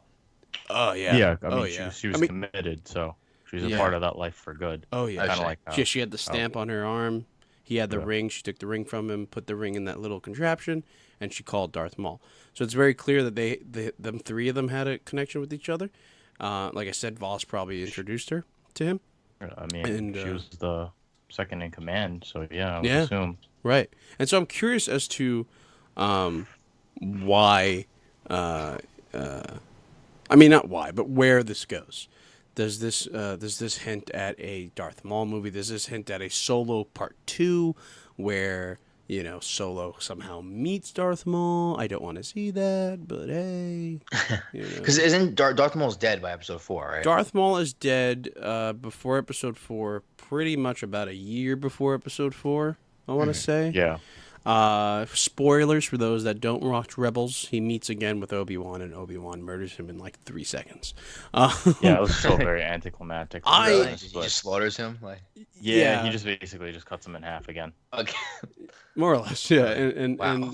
But again, if you watch the episode, it kind of just works. But it is like when you find out in the news, you're just like, oh, that's what happened. Okay, cool, whatever. But I do like the choice of using Maul in this movie only because, again, a lot of people that, again, I hate bringing this up all the time, but if you read the non-movie stuff, if you follow that stuff, and you watch the shows, and you read the comics, you read the movie, read the books, you want some satisfaction. You want some, like, I'm doing this for a reason. I'm wasting my money. No, I better not be. I better be using my money for good, and I want you to reward me with stuff. And a way of rewarding me is by showing these characters in the movies. And they did it with Saw Gerrera, and they're doing it Mm-hmm.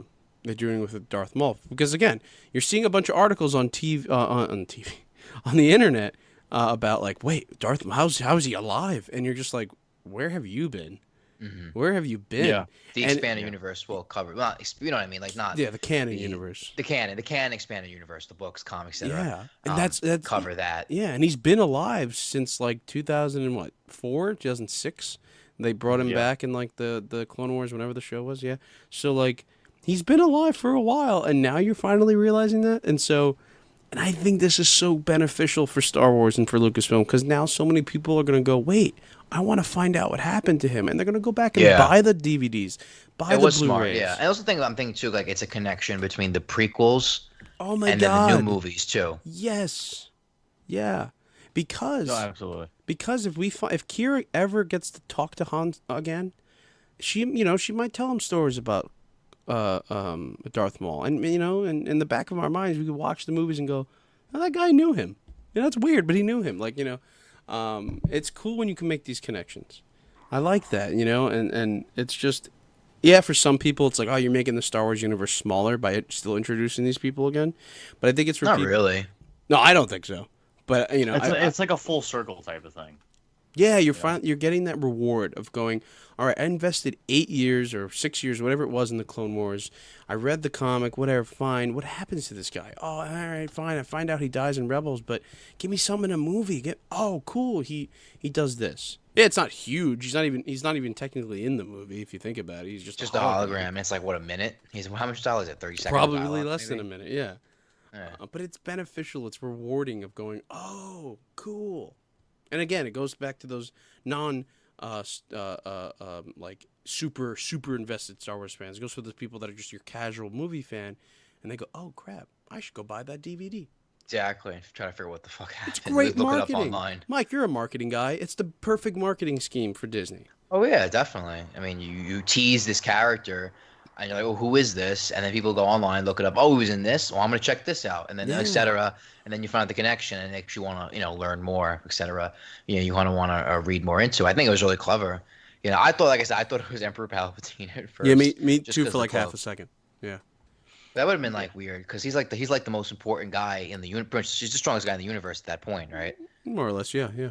Yeah. So I mean, why would he be well, talking to her? Right. Well, yeah. Why would Yeah. Emperor Palpatine be talking to her? But then again, if it fits the story, it fits the story. Is the story? Yeah. But yeah, again, our questions are still, why is she talking to Darth Maul? I mean, he does say it, like, meet me here and we'll do this. Well, because he's the owner of the black, the crime syndicate. Right. No, you're right. No, yeah. But my thing is, like, curious, where do we go from here? And I'm sure that there'll be a book, there'll be something. You think there'll be a book that'll explain Kira? I don't think they're gonna do a movie about it. Maybe they do. I don't want to see it, because then if they do a movie about it, and Solo might be in it, and I don't want to have them meet each other. That's what I'm Han scared. Solo fighting Darth Maul. That's what I'm scared about. I don't want him, because then the question rises from that is, he doesn't believe in Force stuff. So how is he going to know about that? Exactly. how is And he doesn't look like he could take on Darth Maul. It's just Oh, no, without he's a good doubt at he killing can. regular ass dudes. He's not like meant to be fighting like Force sensitive people. And it's clear that Maul. Not yet, anyway. Yeah, and it's clear that Maul isn't weak at this point. He's still, he looks old. He looks very old, but he doesn't. He's not the weak Maul that we get in in Rebels. He's decrepit in Rebels. He's just a walking stick. Here he looks meatier. He looks more alert. He looks more available. Available. I don't know what I meant by that. But yeah, it's I don't know. It's cool. So another guy we probably should be talking about, because I mean, again, this movie is packed with good characters. This movie's packed with really cool actors. I mean, come on, this guy is hot right now. He's on SNL. He's got probably the hottest music video in the world. Go check out This Is America. But anyway, I mean, come on, Childish Gambino, or AKA Mr. Donald Glover, as Lando, and we all know Lando's your favorite character, Antonio. Yeah. He So is. did he He's nail cool. it? He's a cool dude. Did he nail it or what? Oh no, absolutely. Yeah. Like, Agreed. I was talking, after the movie when we came out, we basically said, like, it took me a minute for Alden to be Han, but for Childish Gambino, like I saw 1-for-1 Billy D. Like I saw him as a young Billy D. Yeah, I He saw even him as like a sounded young like Lando him. straight away. He sounded exactly like him, which was scary. Yeah. And he's just phenomenal, man. Like he's on a roll right now, you know. He's got everything going for him. Yeah, and like I was telling the guys, he's got the trifecta for Disney down pat right now. He's That's in so Star true. Wars, he's in a Marvel movie, he plays the Prowler, for those who don't know. He's in a Spider-Man Homecoming, and then he's going to be playing Simba in the Lion King movie that's coming out soon. So Yeah. Yeah, I he's can't- not. I I mean, can't he's wait just. for more Yeah, stuff. I mean, he's just like an unstoppable force right now. I mean, I feel like he's a bigger pull in this movie. At least I don't know in the marketing. And I think so in the marketing too. He is a bigger character than Han. The actor, not the character. The actor is a bigger pull to make people see the movie than Han Solo is. That's a solid point. Yeah. Because You most go to see the movie to see Donald Glover, not Yeah. Lando, and then you don't even see you don't go to the movie to see Han Solo. You see the movie to see Donald Glover act. and not a lot of actors can say that these days, but he is a real reason a lot of people are seeing this movie. Yeah, it's just yeah. because of Donald Glover. And he does. Yeah. He kind of steals the movie for a lot of moments. Like he definitely steals the screen when they're both on together. He definitely steals the moments from Alden. And it's not that Alden is a lesser actor or that Alden performed subpar. It's just it's Donald Glover, and he is clearly showing us that he could do a spot on Lando. And, Exactly. and I loved his banter with L3. Yeah, Like yeah. those scenes are just fantastic. Mm-hmm. Yeah. And her Phenomenal. her clear like interest in him and him not giving a shit. Yeah, exactly. I like that. And Nonchalant. a clear one of my favorite scenes in the movie is when Han and Kira are in the Falcon together and they're in his cape room. And not even about what they're talking about. It's just the fact that this guy has a cape room. It's just so funny. Fucking you know? Lando Calrissian. Imagine, man. Of okay, course he imagine in real life wearing a cape, No. like just walking in the street with a friggin' cape on your back. I've dreamed it. I've thought about Imagine it. if it was. I can't do it.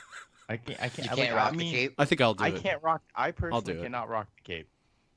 I don't think if I walked out of my house with a cape on, people would be like, "That's fresh." You know I what? can't. You know what I think I'll look like though. I personally I think I'll look good, but I think I'll look like to everybody. You ever see Curb Your Enthusiasm when what's his face is wearing the cape?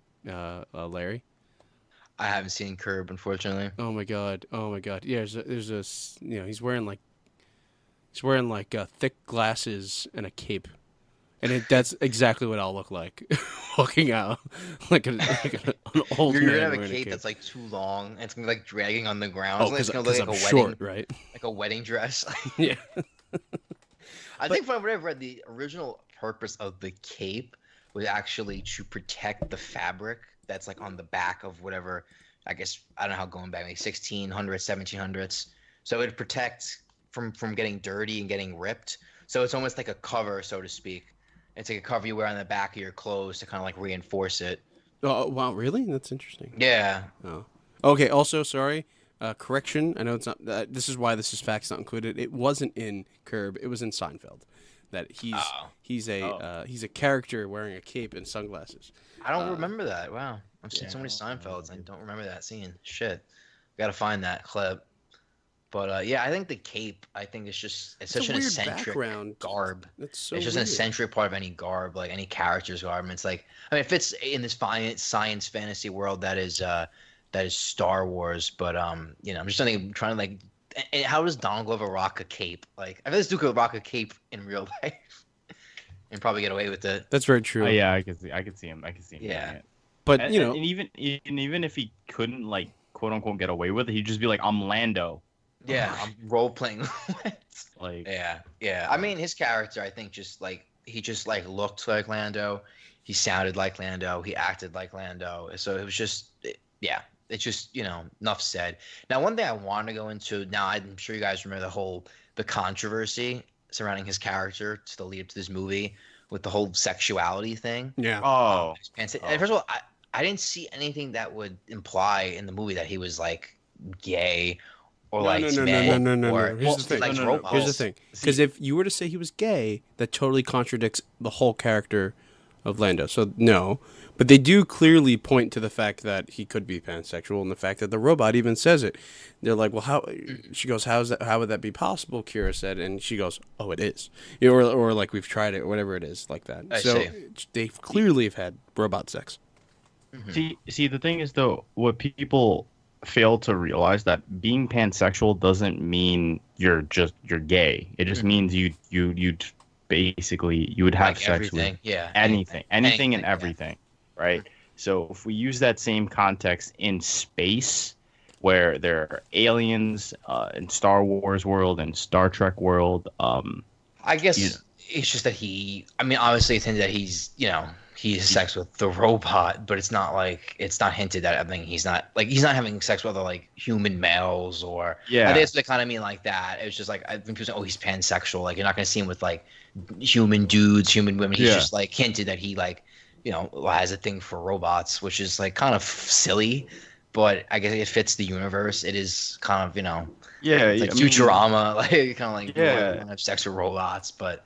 I get it. It makes sense for the universe, but I think it was overblown. It's like, you see, I read, Lando's character's pansexual. You're going to see him like, with human males and human, you know what I mean? No, yeah. Well, also Disney or Lucasfilm has yet to confirm it, and so. Really? Also, it wasn't them confirming. No. It came from it it came from Lawrence Kasdan's son. He was reading. He was in an interview. And they asked him about something, and he's like, "In my opinion, Lando Calrissian is pansexual." So that's literally all that was said. Oh, and so okay, that brings more. I mean, it's like it doesn't, and also it doesn't matter. Like, it doesn't matter. Who cares? Like, cool. I'm glad because I mean, like it's space. Like it's in space. It's like space fantasy. I mean, like if people get mad at me for saying this, but. Captain Kirk is fucking pansexual. Like I'll say it right now. Even if people are gonna hate me and yell at me for this, he's fucking. He fucks aliens. Like come on, man. He's a player and he fucks aliens. Like yes, he's just because the majority of those aliens are female, or almost all of them, doesn't mean he's not pansexual. That just means he fucks non-human things or whatever. It's whatever. Yeah, I mean, again, it's cool. It's interesting. I like the idea that they could introduce something like that. But again, it's not that important. I like the fact. It's also cool that they didn't just clearly say the words. If they were to confirm it, they were just like, he's fucked me, and I'm and I'm a robot, and that's cool. They did it subtly. Was clear enough. I appreciate that. I like that. It just wouldn't fit the universe to say those words. Probably not. Yeah, probably not. It doesn't. A universe that incorporates aliens in space, they don't have that terminology. No. Like, is there even a concept of sexuality in Star Wars? We don't even know. Man, it's just whatever you want to bone. That's a solid. Yeah, exactly. Yeah, and I think that's what it goes to, and that's why they don't need to ever say it because I think it's understanding. It's an understandable topic or idea that it doesn't. Yeah. I don't know. Same like Star Trek. It's just kind of that universe is just so out there. It's not boring. Yeah, it's not that boring. They don't use like human concepts of sexuality. It's just science fiction. It's like a free for all, pretty much. Thank God. But going back to what Mike said about like people are gonna see this movie for Childish Gambino, I find it really funny because this is my first point when we started the episode. A lot of people are hating on this movie for little to no reason, right? Mm-hmm. For the wrong reasons. Well, likely, probably for the wrong reasons.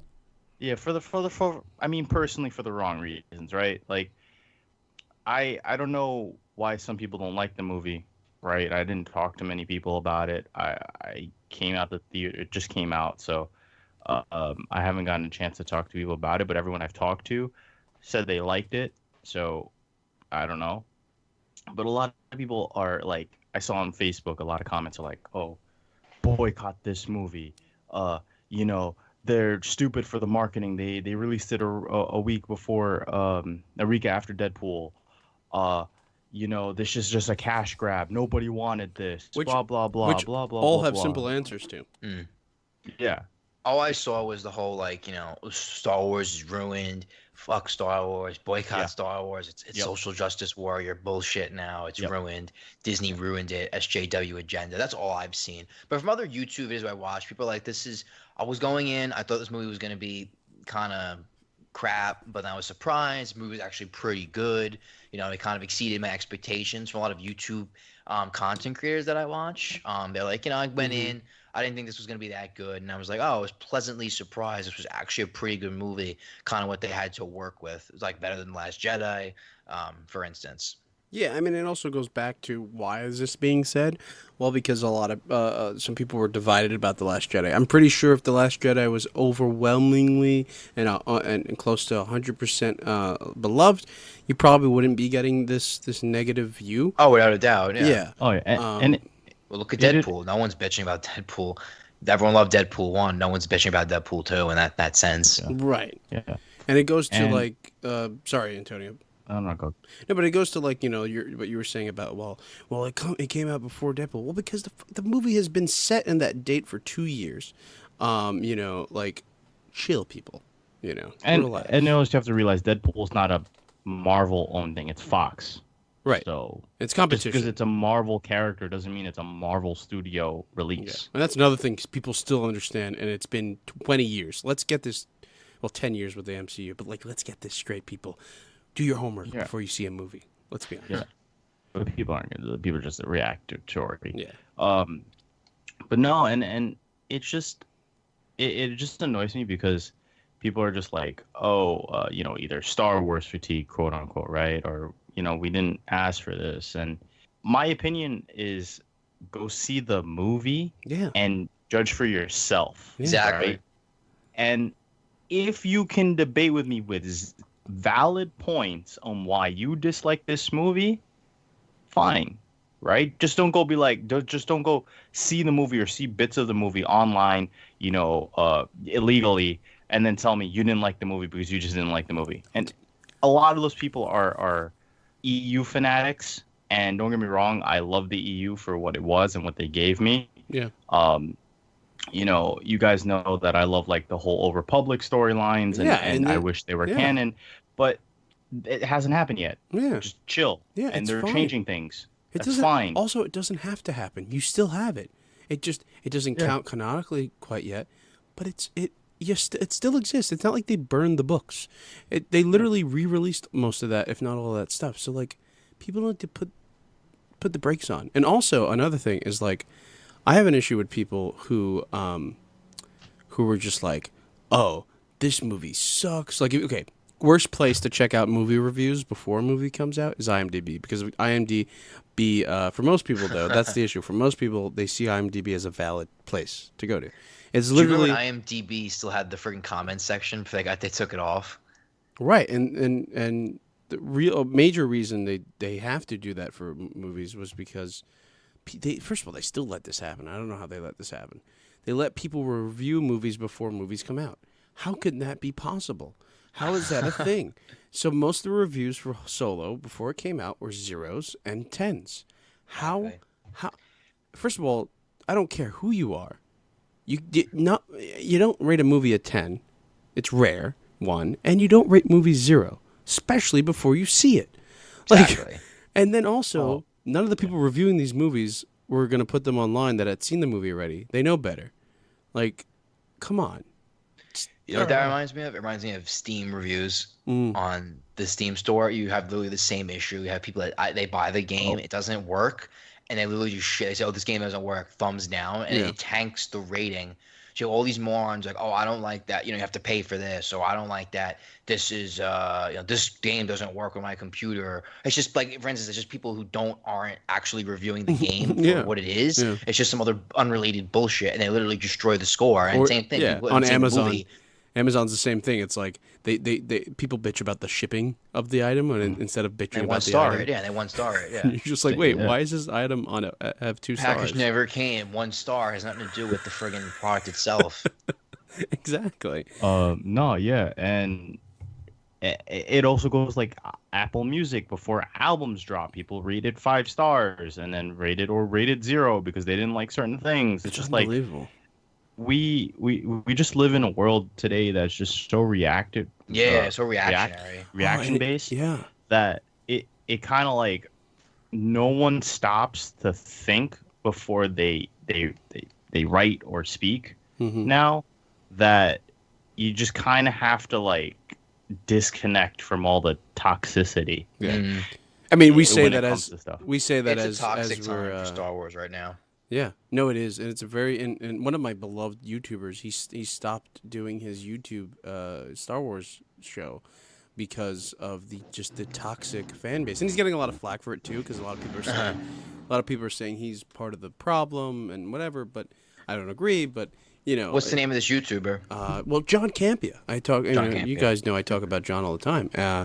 And yeah, so I mean, he's doing it now for his other show channel that he has. But he stopped doing it for his main one only because it's so sickening out there to hear people that are just constantly just berating the fandom, and these are not even fans of the franchise. They're not. Because if you're My least favorite part, I mean, well, not least favorite part, I guess what the word is, but like, the thing I hate the most is those people that, I guess the whole current, like, the rip on Star Wars right now is it's like the whole social justice warrior, like, too many bullshit. females. Yeah. It's just people that hate women, and it's just like, oh, there's a female lead, fuck this movie. And then, you got the people making jokes that, the Admiral in The Last Jedi, because she had purple hair, was like some feminist, it was like some feminist bullshit. Yeah, but if they pick up a book, because God forbid these people pick up books, but if they pick up a book, they'll understand why her hair was purple, and they'll understand why her character was the way she was. And so this is why I'm sick and tired of these fake fans too. Because if you're a real fan, I'm not saying you have to agree, but if you're a real fan, you'll understand that maybe there's a greater reason to this. It's not just one story here. This is a giant story that's being told.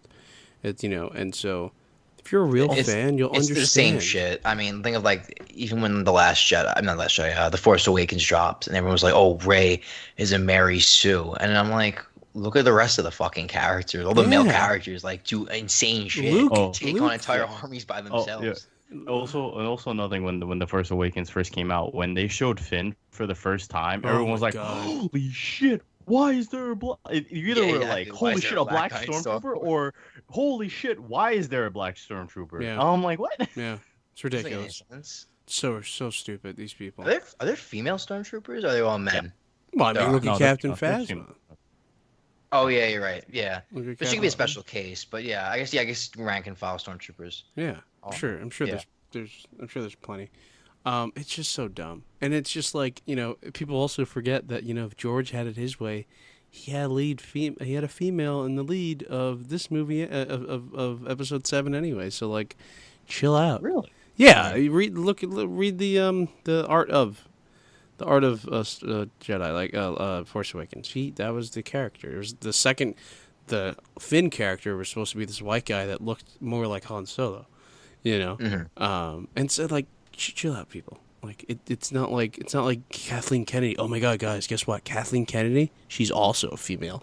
Oh Jesus. Oh yeah, people are like, ban Kathleen Kennedy. Right. The feminist agenda's really Well, I have my issues with Kathleen, but I'm not asking her to leave. I'm sure she'll fix what she needs to fix. But, my main issue with Kathleen, and which is something that's been slightly corrected in this movie, is the use of canon material in movies. But but she, combining the comics with the books, with the movies. This is only the fourth movie. Let's they're doing it. They're doing it slowly, but they're doing it. It's fine. I'm not forcing her to like do it make a whole movie about a thing we've seen in a book. I'm not asking for that yet, but like people doing that for Ahsoka. But yeah, I don't want to see an Ahsoka movie. It'll look weird, I think, because we've seen that character species in the prequels, and it looked weird. So. Yeah, it just didn't look. What about an Old Republic movie? Well, I have a feeling that's what the Game of Thrones guys are coming up with. Yeah, that's what I'm thinking too. And if they do, Antonio's gonna die and go straight to heaven. Yeah. But anyway, how long set is the Old Republic before the prequels? 1,000 years.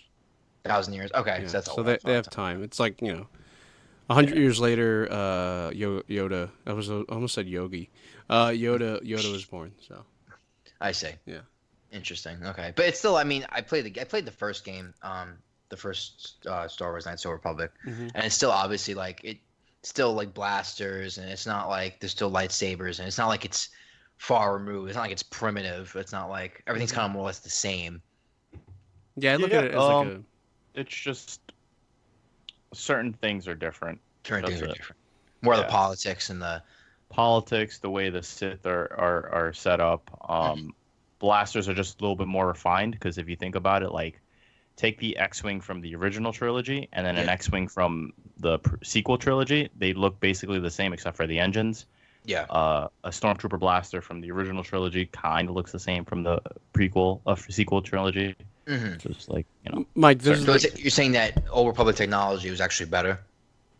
no, I'm not gonna say that because it's Mm. old stuff. I'm just saying Yeah. like, if something's not broke, you don't have to fix it. You could just improve Exactly. upon.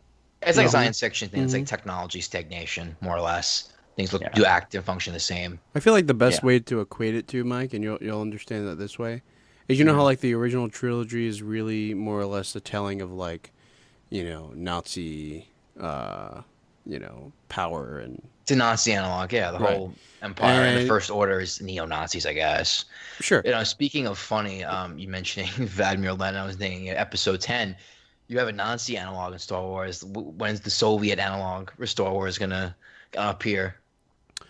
Well, I feel like some of that has to do with the rebellion. I feel like Mm. it's already being told. The common man type of Communist elements. yeah, the common person type of idea. So yeah, but going back to the 1,000 years thing, I feel like that equates more or less to like the Roman Empire. That they had technology, they had a lot of men and women Yeah. and a lot of big armies, but it was way back then. Yeah. To them it Women, was call the Republic right, to the Empire. exactly. There you go. To That's, them that's it Roman. to That's a them Roman analogy. well, yeah, but to them it was modern back then. Obviously, thousands and thousands of years ago, or thousands of years ago.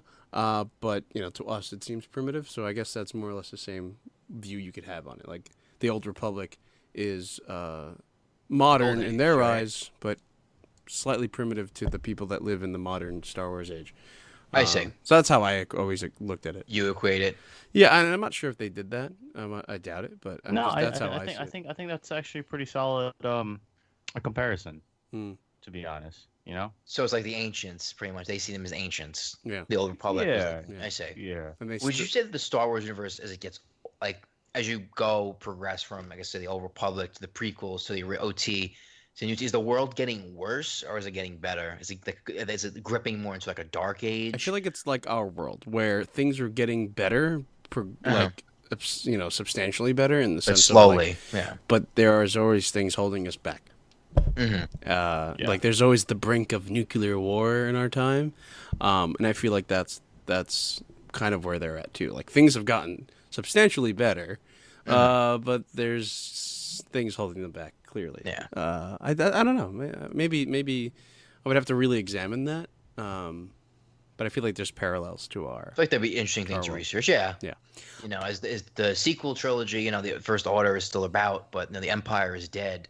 Are things actually better or are they worse? Yeah, I feel like we should get back into Solo because we went into this like a cool tangent into Star Wars lore.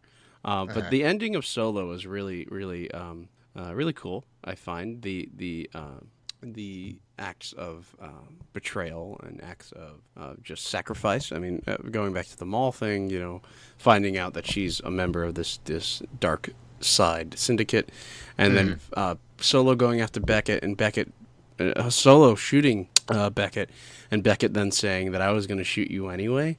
Han shot first. Yes, There you go. yes, going. That's what I wanted to get to. Yeah, Han. I think that was their way of saying you're welcome to fans. Yeah, of course. Yeah, that was pretty obvious. I like that. But yeah, he shot Beckett first because Beckett was going to shoot him. But I think that whole like Han shot first, nonsense. I don't know. That's a whole another topic for another time. But I think this was good fan service, so to speak. He's a good guy, but he's still gonna be like that rogue badass. Like he'll kill you if he thinks that you're gonna mess with him. Mm-hmm. Yeah.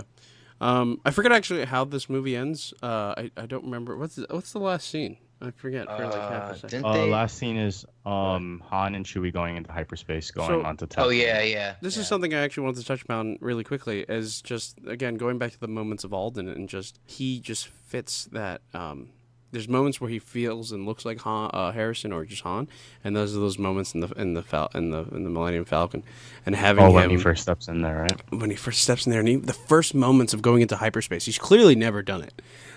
He's never done it in a giant ship like that, and it was just so powerful for him, and he just smiles like a little child seeing it for the first time, and it made me feel so good inside seeing that, he just, it was so cool. Such an iconic ship, Millennium Falcon, one of the most iconic like spaceships like all time. And then getting to see how he gets it, playing Sabacc, and finally, and not letting Lando screw him over by taking that extra card. How's my ship? Hey, your ship. I won it fair and square. Yeah, and it finally answers as to what do they mean by that. I wish they kind of went more detailed with the Sabacc. I was just kind of trying to figure out how this actually works. You just see him slap some cards down, and then boom. It's a number game, and the lowest number, or the closer you are to 0, the better. So it's like an opposite blackjack? Yeah, I think so. Yeah. Interesting. Actually, Star Wars did a really cool Twitter thing that if you clicked on if you clicked on the reply button or something, you kept going into the game. And if you stopped right there, you stopped. And then if you clicked that link, it would have told you how well you did in the game or not. Oh, wow. And so it was like a simulated version of Sabacc on Twitter. I suggest you check that out. It was pretty cool. First time I did it, I lost. And then, of course, I said, let me go this way. And then, of course, I won. But it was really cool. Speaking of hyperspace, the scene we can't forget is the Kessel Run scene. Yeah. And I saw insane. Someone in the movie theater made an audible, like, when they found out they were going to do the Kessel Run, when they were actually, like, planning on it. They were like, we have to go to Kessel. And there's the guy, I don't know if you heard him, but I heard the guy going, ugh. I didn't hear that. Yeah, no, I totally heard it. I don't know if he was behind me or whatever, but I definitely heard it. Maybe he was just burping. This is true. There's probably a lot of gassy foods that he was eating. Exactly, yeah. But yeah, I mean, we knew we were going to get it. There was a couple of things this movie had to have a couple of things. It had to have the Kessel Run in it. Yeah. And did you guys pick up the fact that he technically did it in 13, and then Han goes, well, that's if you round it down, because Chewie goes, and then he goes, well, that's if you round, but not when you round it down, and so he technically did it at like 12 point something. Yeah, he did like 12. I'm assuming it was like 12.8, 12.9, or even 13.1 or something it's like genius. that. I love it. The whole scene was so freaky, though. When he's like in the maelstrom or whatever, that eye of the storm, and it's just like that monster that like attacks them. That was like freaky. That whole scene was like terrifying. It reminds me a little bit of I don't know if you watch Rebels, but space whales that they have. I forget what they're called, but there's like these space whales in Rebels, and a lot of people don't like them, and it kind of reminds me of that.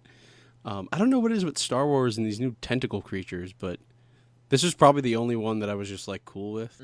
I don't like the tentacle creatures in the Force Awakens, the Wrath Towers. I don't like them. Oh yeah. But this one for me worked. I mean, it's deep space stuff. It's like going, submerging yourself so far underwater you get to the under. I don't know. It's the Eldritch horrors, pretty much the universe, the stuff that nobody's supposed to see. That like Lovecraft-esque kind of stuff. Like that monster was definitely like, that's like meant to be like something that doesn't like venture outside of that storm. And somehow easily murdered. Yeah, that's true. I don't know about easily murdered. Yeah, easily. That thing stayed alive for quite a while. That's a good point. Good point. That crater, that hole did not do enough. Nature to kill it. They couldn't kill it. Yeah, true. It took a a gravitational zone area that just crumbles everything in its path. Also, what I like what they did with this movie show us, because Lando put a lot of money into that ship, and the questions are like, wait, well, how does it look like crap come A New Hope? Well, this movie kind of answers some of that by taking this ship apart. The ship is in tatters by the end, and also the escape capsule is with the thing that's missing from the middle, and we had no idea. Did you notice that? Oh no, I didn't notice that. that little sliver, Yeah. because they were like, "What are you doing?" And Han's like, "I gotta let go of this." They had to let go of some weight so they could. Yeah. And he let go of the escape capsule, and that's the thing that's been missing from the middle all this time. Interesting. I gotta see. I gotta see a picture of the Millennium Falcon again, like the original model, and like see. Yeah. And compare it. That's cool. I didn't catch that. I know he jettisoned the escape shield, but I didn't know like why, how that kind of linked. Was connected to the ship itself. Yeah, the design of it. because the new ship, or at least technically the old ship, it's like it looks like almost a point. And the ship that we are known and beloved with has like a little fork in the middle, and so so that's the escape capsule that's been missing all these years. How old is the Millennium Falcon now? Well, it's weird because it's in again, it's an Easter egg, so I don't think it's canon. Well, it's in the movie, so I guess it's canon, but I don't know how accurate it is. But there's a scene I think in the Phantom Menace of someone docking the Millennium Falcon in the butt, but it has the sliver in the middle. So I don't think they wanna ever remember that, but maybe they could always explain it. Like, well, I mean, maybe that guy just doesn't have an escape pod. Right, and maybe Lando put it in. But the other real question is who really owns the Millennium Falcon? Because clearly Lando bought that. I mean, won that ship. That's also true. So the question is, who really had ownership of this thing? How do you even know that that's the Millennium Falcon? It could be any of those YT 1300 cruisers, because that's not the only one. It's not a custom built ship, isn't it? Aren't they like mass produced? Well, that's a good point. The one that you see in a Phantom Menace, that could be one of those. Yeah, that's a solid point. That's a solid point. Good. That's a good moment there. They could easily just say that because the fans are like, "Well, we see it in the Phantom Menace." And that is a good answer Disney could give. Yeah. I mean, I guess give or take, the ship's probably 30, 40 years old, maybe 50. Which I don't know for Star Wars if that's old, but everything in Star Wars looks like it's old as shit. In The Last Jedi, it's at least 35 years old, 40 years old, because it's been around since Solo Star Wars story, so it's at least 40 years old. Yeah. Yeah. And that's a lot of years for a vehicle. I remember when it landed on Savareen. I go to Peter. I was like, "Yeah, that's the Falcon. I remember that old shitty rust bucket." At the end, when it landed, but when we first see it, it's just like beautiful, and you're like, "Whoa!" I don't know How much money? And then we see in The Force Awakens, and it's a piece of shit again. Yeah. It's literally in a graveyard. It's in a ship graveyard. Yeah, it's useless. Yeah, I wonder how it got there. Did I explain how it got there? I'm sure. After the original trilogy? No, and I'm sure. Oh no, they did. They explained that someone stole it from Han. I think he lost it in a bet or something. Oh yes. There's a book on it. Yeah. There's a youth novel. I think has it in there. And explains why it was missing. Now the Millennium Falcon. I mean, from the movie, it's a pretty. It's considered. I mean, you see it in the original film. It's kind of like this freighter. It's a piece of shit. It's a junker, kind of just transports freight. And then in this movie, it's considered like top of the line. This is a high class, like starship. I just think that was kind of funny how the original movie is like, it's a piece of shit. It's an old ass freighter. It's a smuggler's freighter. It's a beater. And in this movie, it's like, something you want. That's a good point. Like I also noticed that like like Lando brags how this is like, oh shit, that's a nice ship. Like, that's some high tech shit. And then like the original trilogy, this was just used to smuggle things around. It's not meant to be. And then even in The Force Awakens, it's a beater too. It's still it's been abandoned for 30, 20 years, and it's still a beater craft. It's just an old design. But it's funny how it still seems to like outmaneuver like the TIE fighters. Yeah, man, I don't. Falcon. It's the fastest ship in the galaxy. Exactly. Yeah. I mean, even in this movie, there's not much Imperial action in this movie other than the combat scene, the heist, and I'm glad, and the blockade, and then the blockade at the end. And I'm glad. I didn't need to see the Imperials as much. Yeah. They did. It was cool to see the TIE fighters like break off from the destroyer, and then then he gets the fuck out of there. He's not gonna fight Imperial destroyer with the Millennium Falcon, but I think it really shows how outmatched. He's a fighter, but he's not a straight up fighter. He's a rogue. He's a crafty fighter. He'll stab you in the back, shoot you first kind of dude. No, it's a solid point. I mean, it is that goes back to Alden and the writing of this movie. It's just giving us those little moments and little glimpses of that character of Han Solo, and it just builds him to the point where when you meet him in New Hope, you understand how well respected he is, and like when they walk into that cantina and they're like, well, we need a smuggler, and this is our guy. Yeah, they know who he is. Yeah, he's clearly made a reputation for himself. And by the time of New Hope, they mention Tatooine at least 3 times in this movie. So about this guy that so it's clear that by the end of this movie he's going to start working for Jabba right after this movie, because it mentions that he goes, I heard about this guy on Tatooine, that has some jobs. So, and they mention the Hutts in the movie too. They even mention the Hutts when they get separated in the beginning. Kira and she mentions it to him. She's like, well, what if we get captured out there by blank, and then she says, what about the Hutts, and their goons or whatever. And so the movie does a good job of also laying those little cool like Easter eggs of like the Easter eggs, universe the greater itself. connection. Yeah. So I feel like this is a good point to kind of end this episode. I feel like we've gone 2 hours into this talk, and so it's possible that you are hearing to part 2 of this episode, and if you are, thank you so much for listening to this part. And so before ending it, I would like us, as always, to give our little quick little numerical stamp on this movie, and I would like to start with my good friend Michael. Mike, what out of 10, where would you land this movie?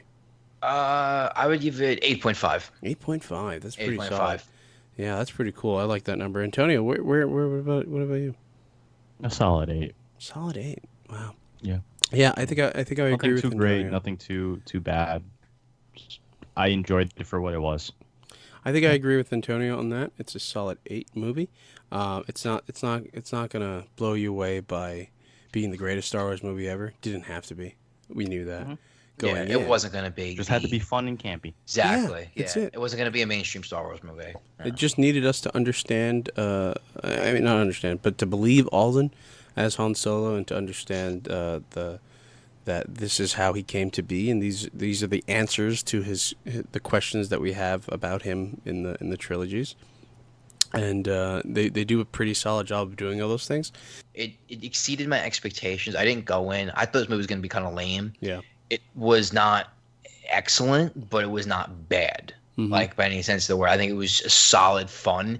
It was entertaining. Like I said, there was a lot of action. It kept me entertained. The dialogue was good. The story was good. There was some good twists. I wasn't bored. It took a little while for it to get like off the ground. The intro was to me a little slow. It wasn't bad. It was just slow. It was just like the build up. But once the heist started, then it was like, oh shit, okay, this is going to be a roller coaster ride. This is going to be a lot of action, and I think it definitely delivered on that front. It kept me awake and excited. Yeah, it totally did, and I would have to agree with you. Like, not so much on the fact that the movie was slow in the beginning, but I do have to agree with you that it was a nice mix of things. Everything seemed to work out beautifully. But anyway, that has been our little recap and discussion of a Star Wars story, or as I've been calling it this whole week, Star Wars a Solo story, because I'm stupid. I've literally been calling it that in my head and out loud to other people. I know what to call this movie. Do you call it a solo? I mean, yeah, I just call it Solo. I just call it. I'm gonna say a Star Wars story Solo. Yeah. Like, I just call it Han Solo sometimes, which also gives me the issue of... I just say Solo. I'm saying the Star Wars Solo movie. So do you call Rogue One Star Wars story Rogue One? Hell no, just Rogue One. Well, the actual name of Rogue One is Rogue One, a Star Wars story. Yeah, but everybody calls Rogue One Rogue One. Rogue One, yeah. I just call it Solo. Which leads to my issue of like why they even have to add that thing in there, but that's their marketing. Man, it should have been called what they originally called it, anthologies. Yeah. Could have been a Star Wars saga too. That would have been cool. Yeah, I mean, whatever. Smaller No, because if story, you say saga, that confuses the actual saga. That's true. Yeah, you don't want to do that. Yeah. But that is Disney's marketing and LucasFilm's marketing, and so we could have them change it, but they'll never listen to us. But anyway, that has been our little recap of Star Wars: A Solo. See, I want to fucking say it. Oh my god, I did it. See, I did it. Solo: A Star Wars Story. I've been Peter Cabranes. This has been Included, not facts. That's your name? Included, not fact. All right, yeah, that's been included, not facts, and I've been Antonio. Oh my It's god. just Guys don't know how 12 to do right an now, so have a nice night, ladies and gentlemen. good night, gentlemen. Yes, and just don't forget to like us on every social media platform, wherever you're listening to us. I'm sure it's a great place to find us, whether it's You'll find YouTube, us somewhere. iTunes, Spotify coming. I don't know when they're gonna accept Wherever us. you go in the far reaches of the galaxy, you'll find us. You'll know who to contact. Yummy. And don't forget to just, tell all your friends about us.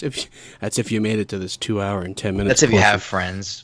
That's true. That's another thing. You could be a loner in your basement. It's okay. There's nothing wrong with that. You could share it with the interwebs too. Yeah. Your Reddit. favorite social media website. I can't wait for the day that we're being talked about on Reddit. That's how you know we made it. That's a good point. Yeah. Well, anyway, bye.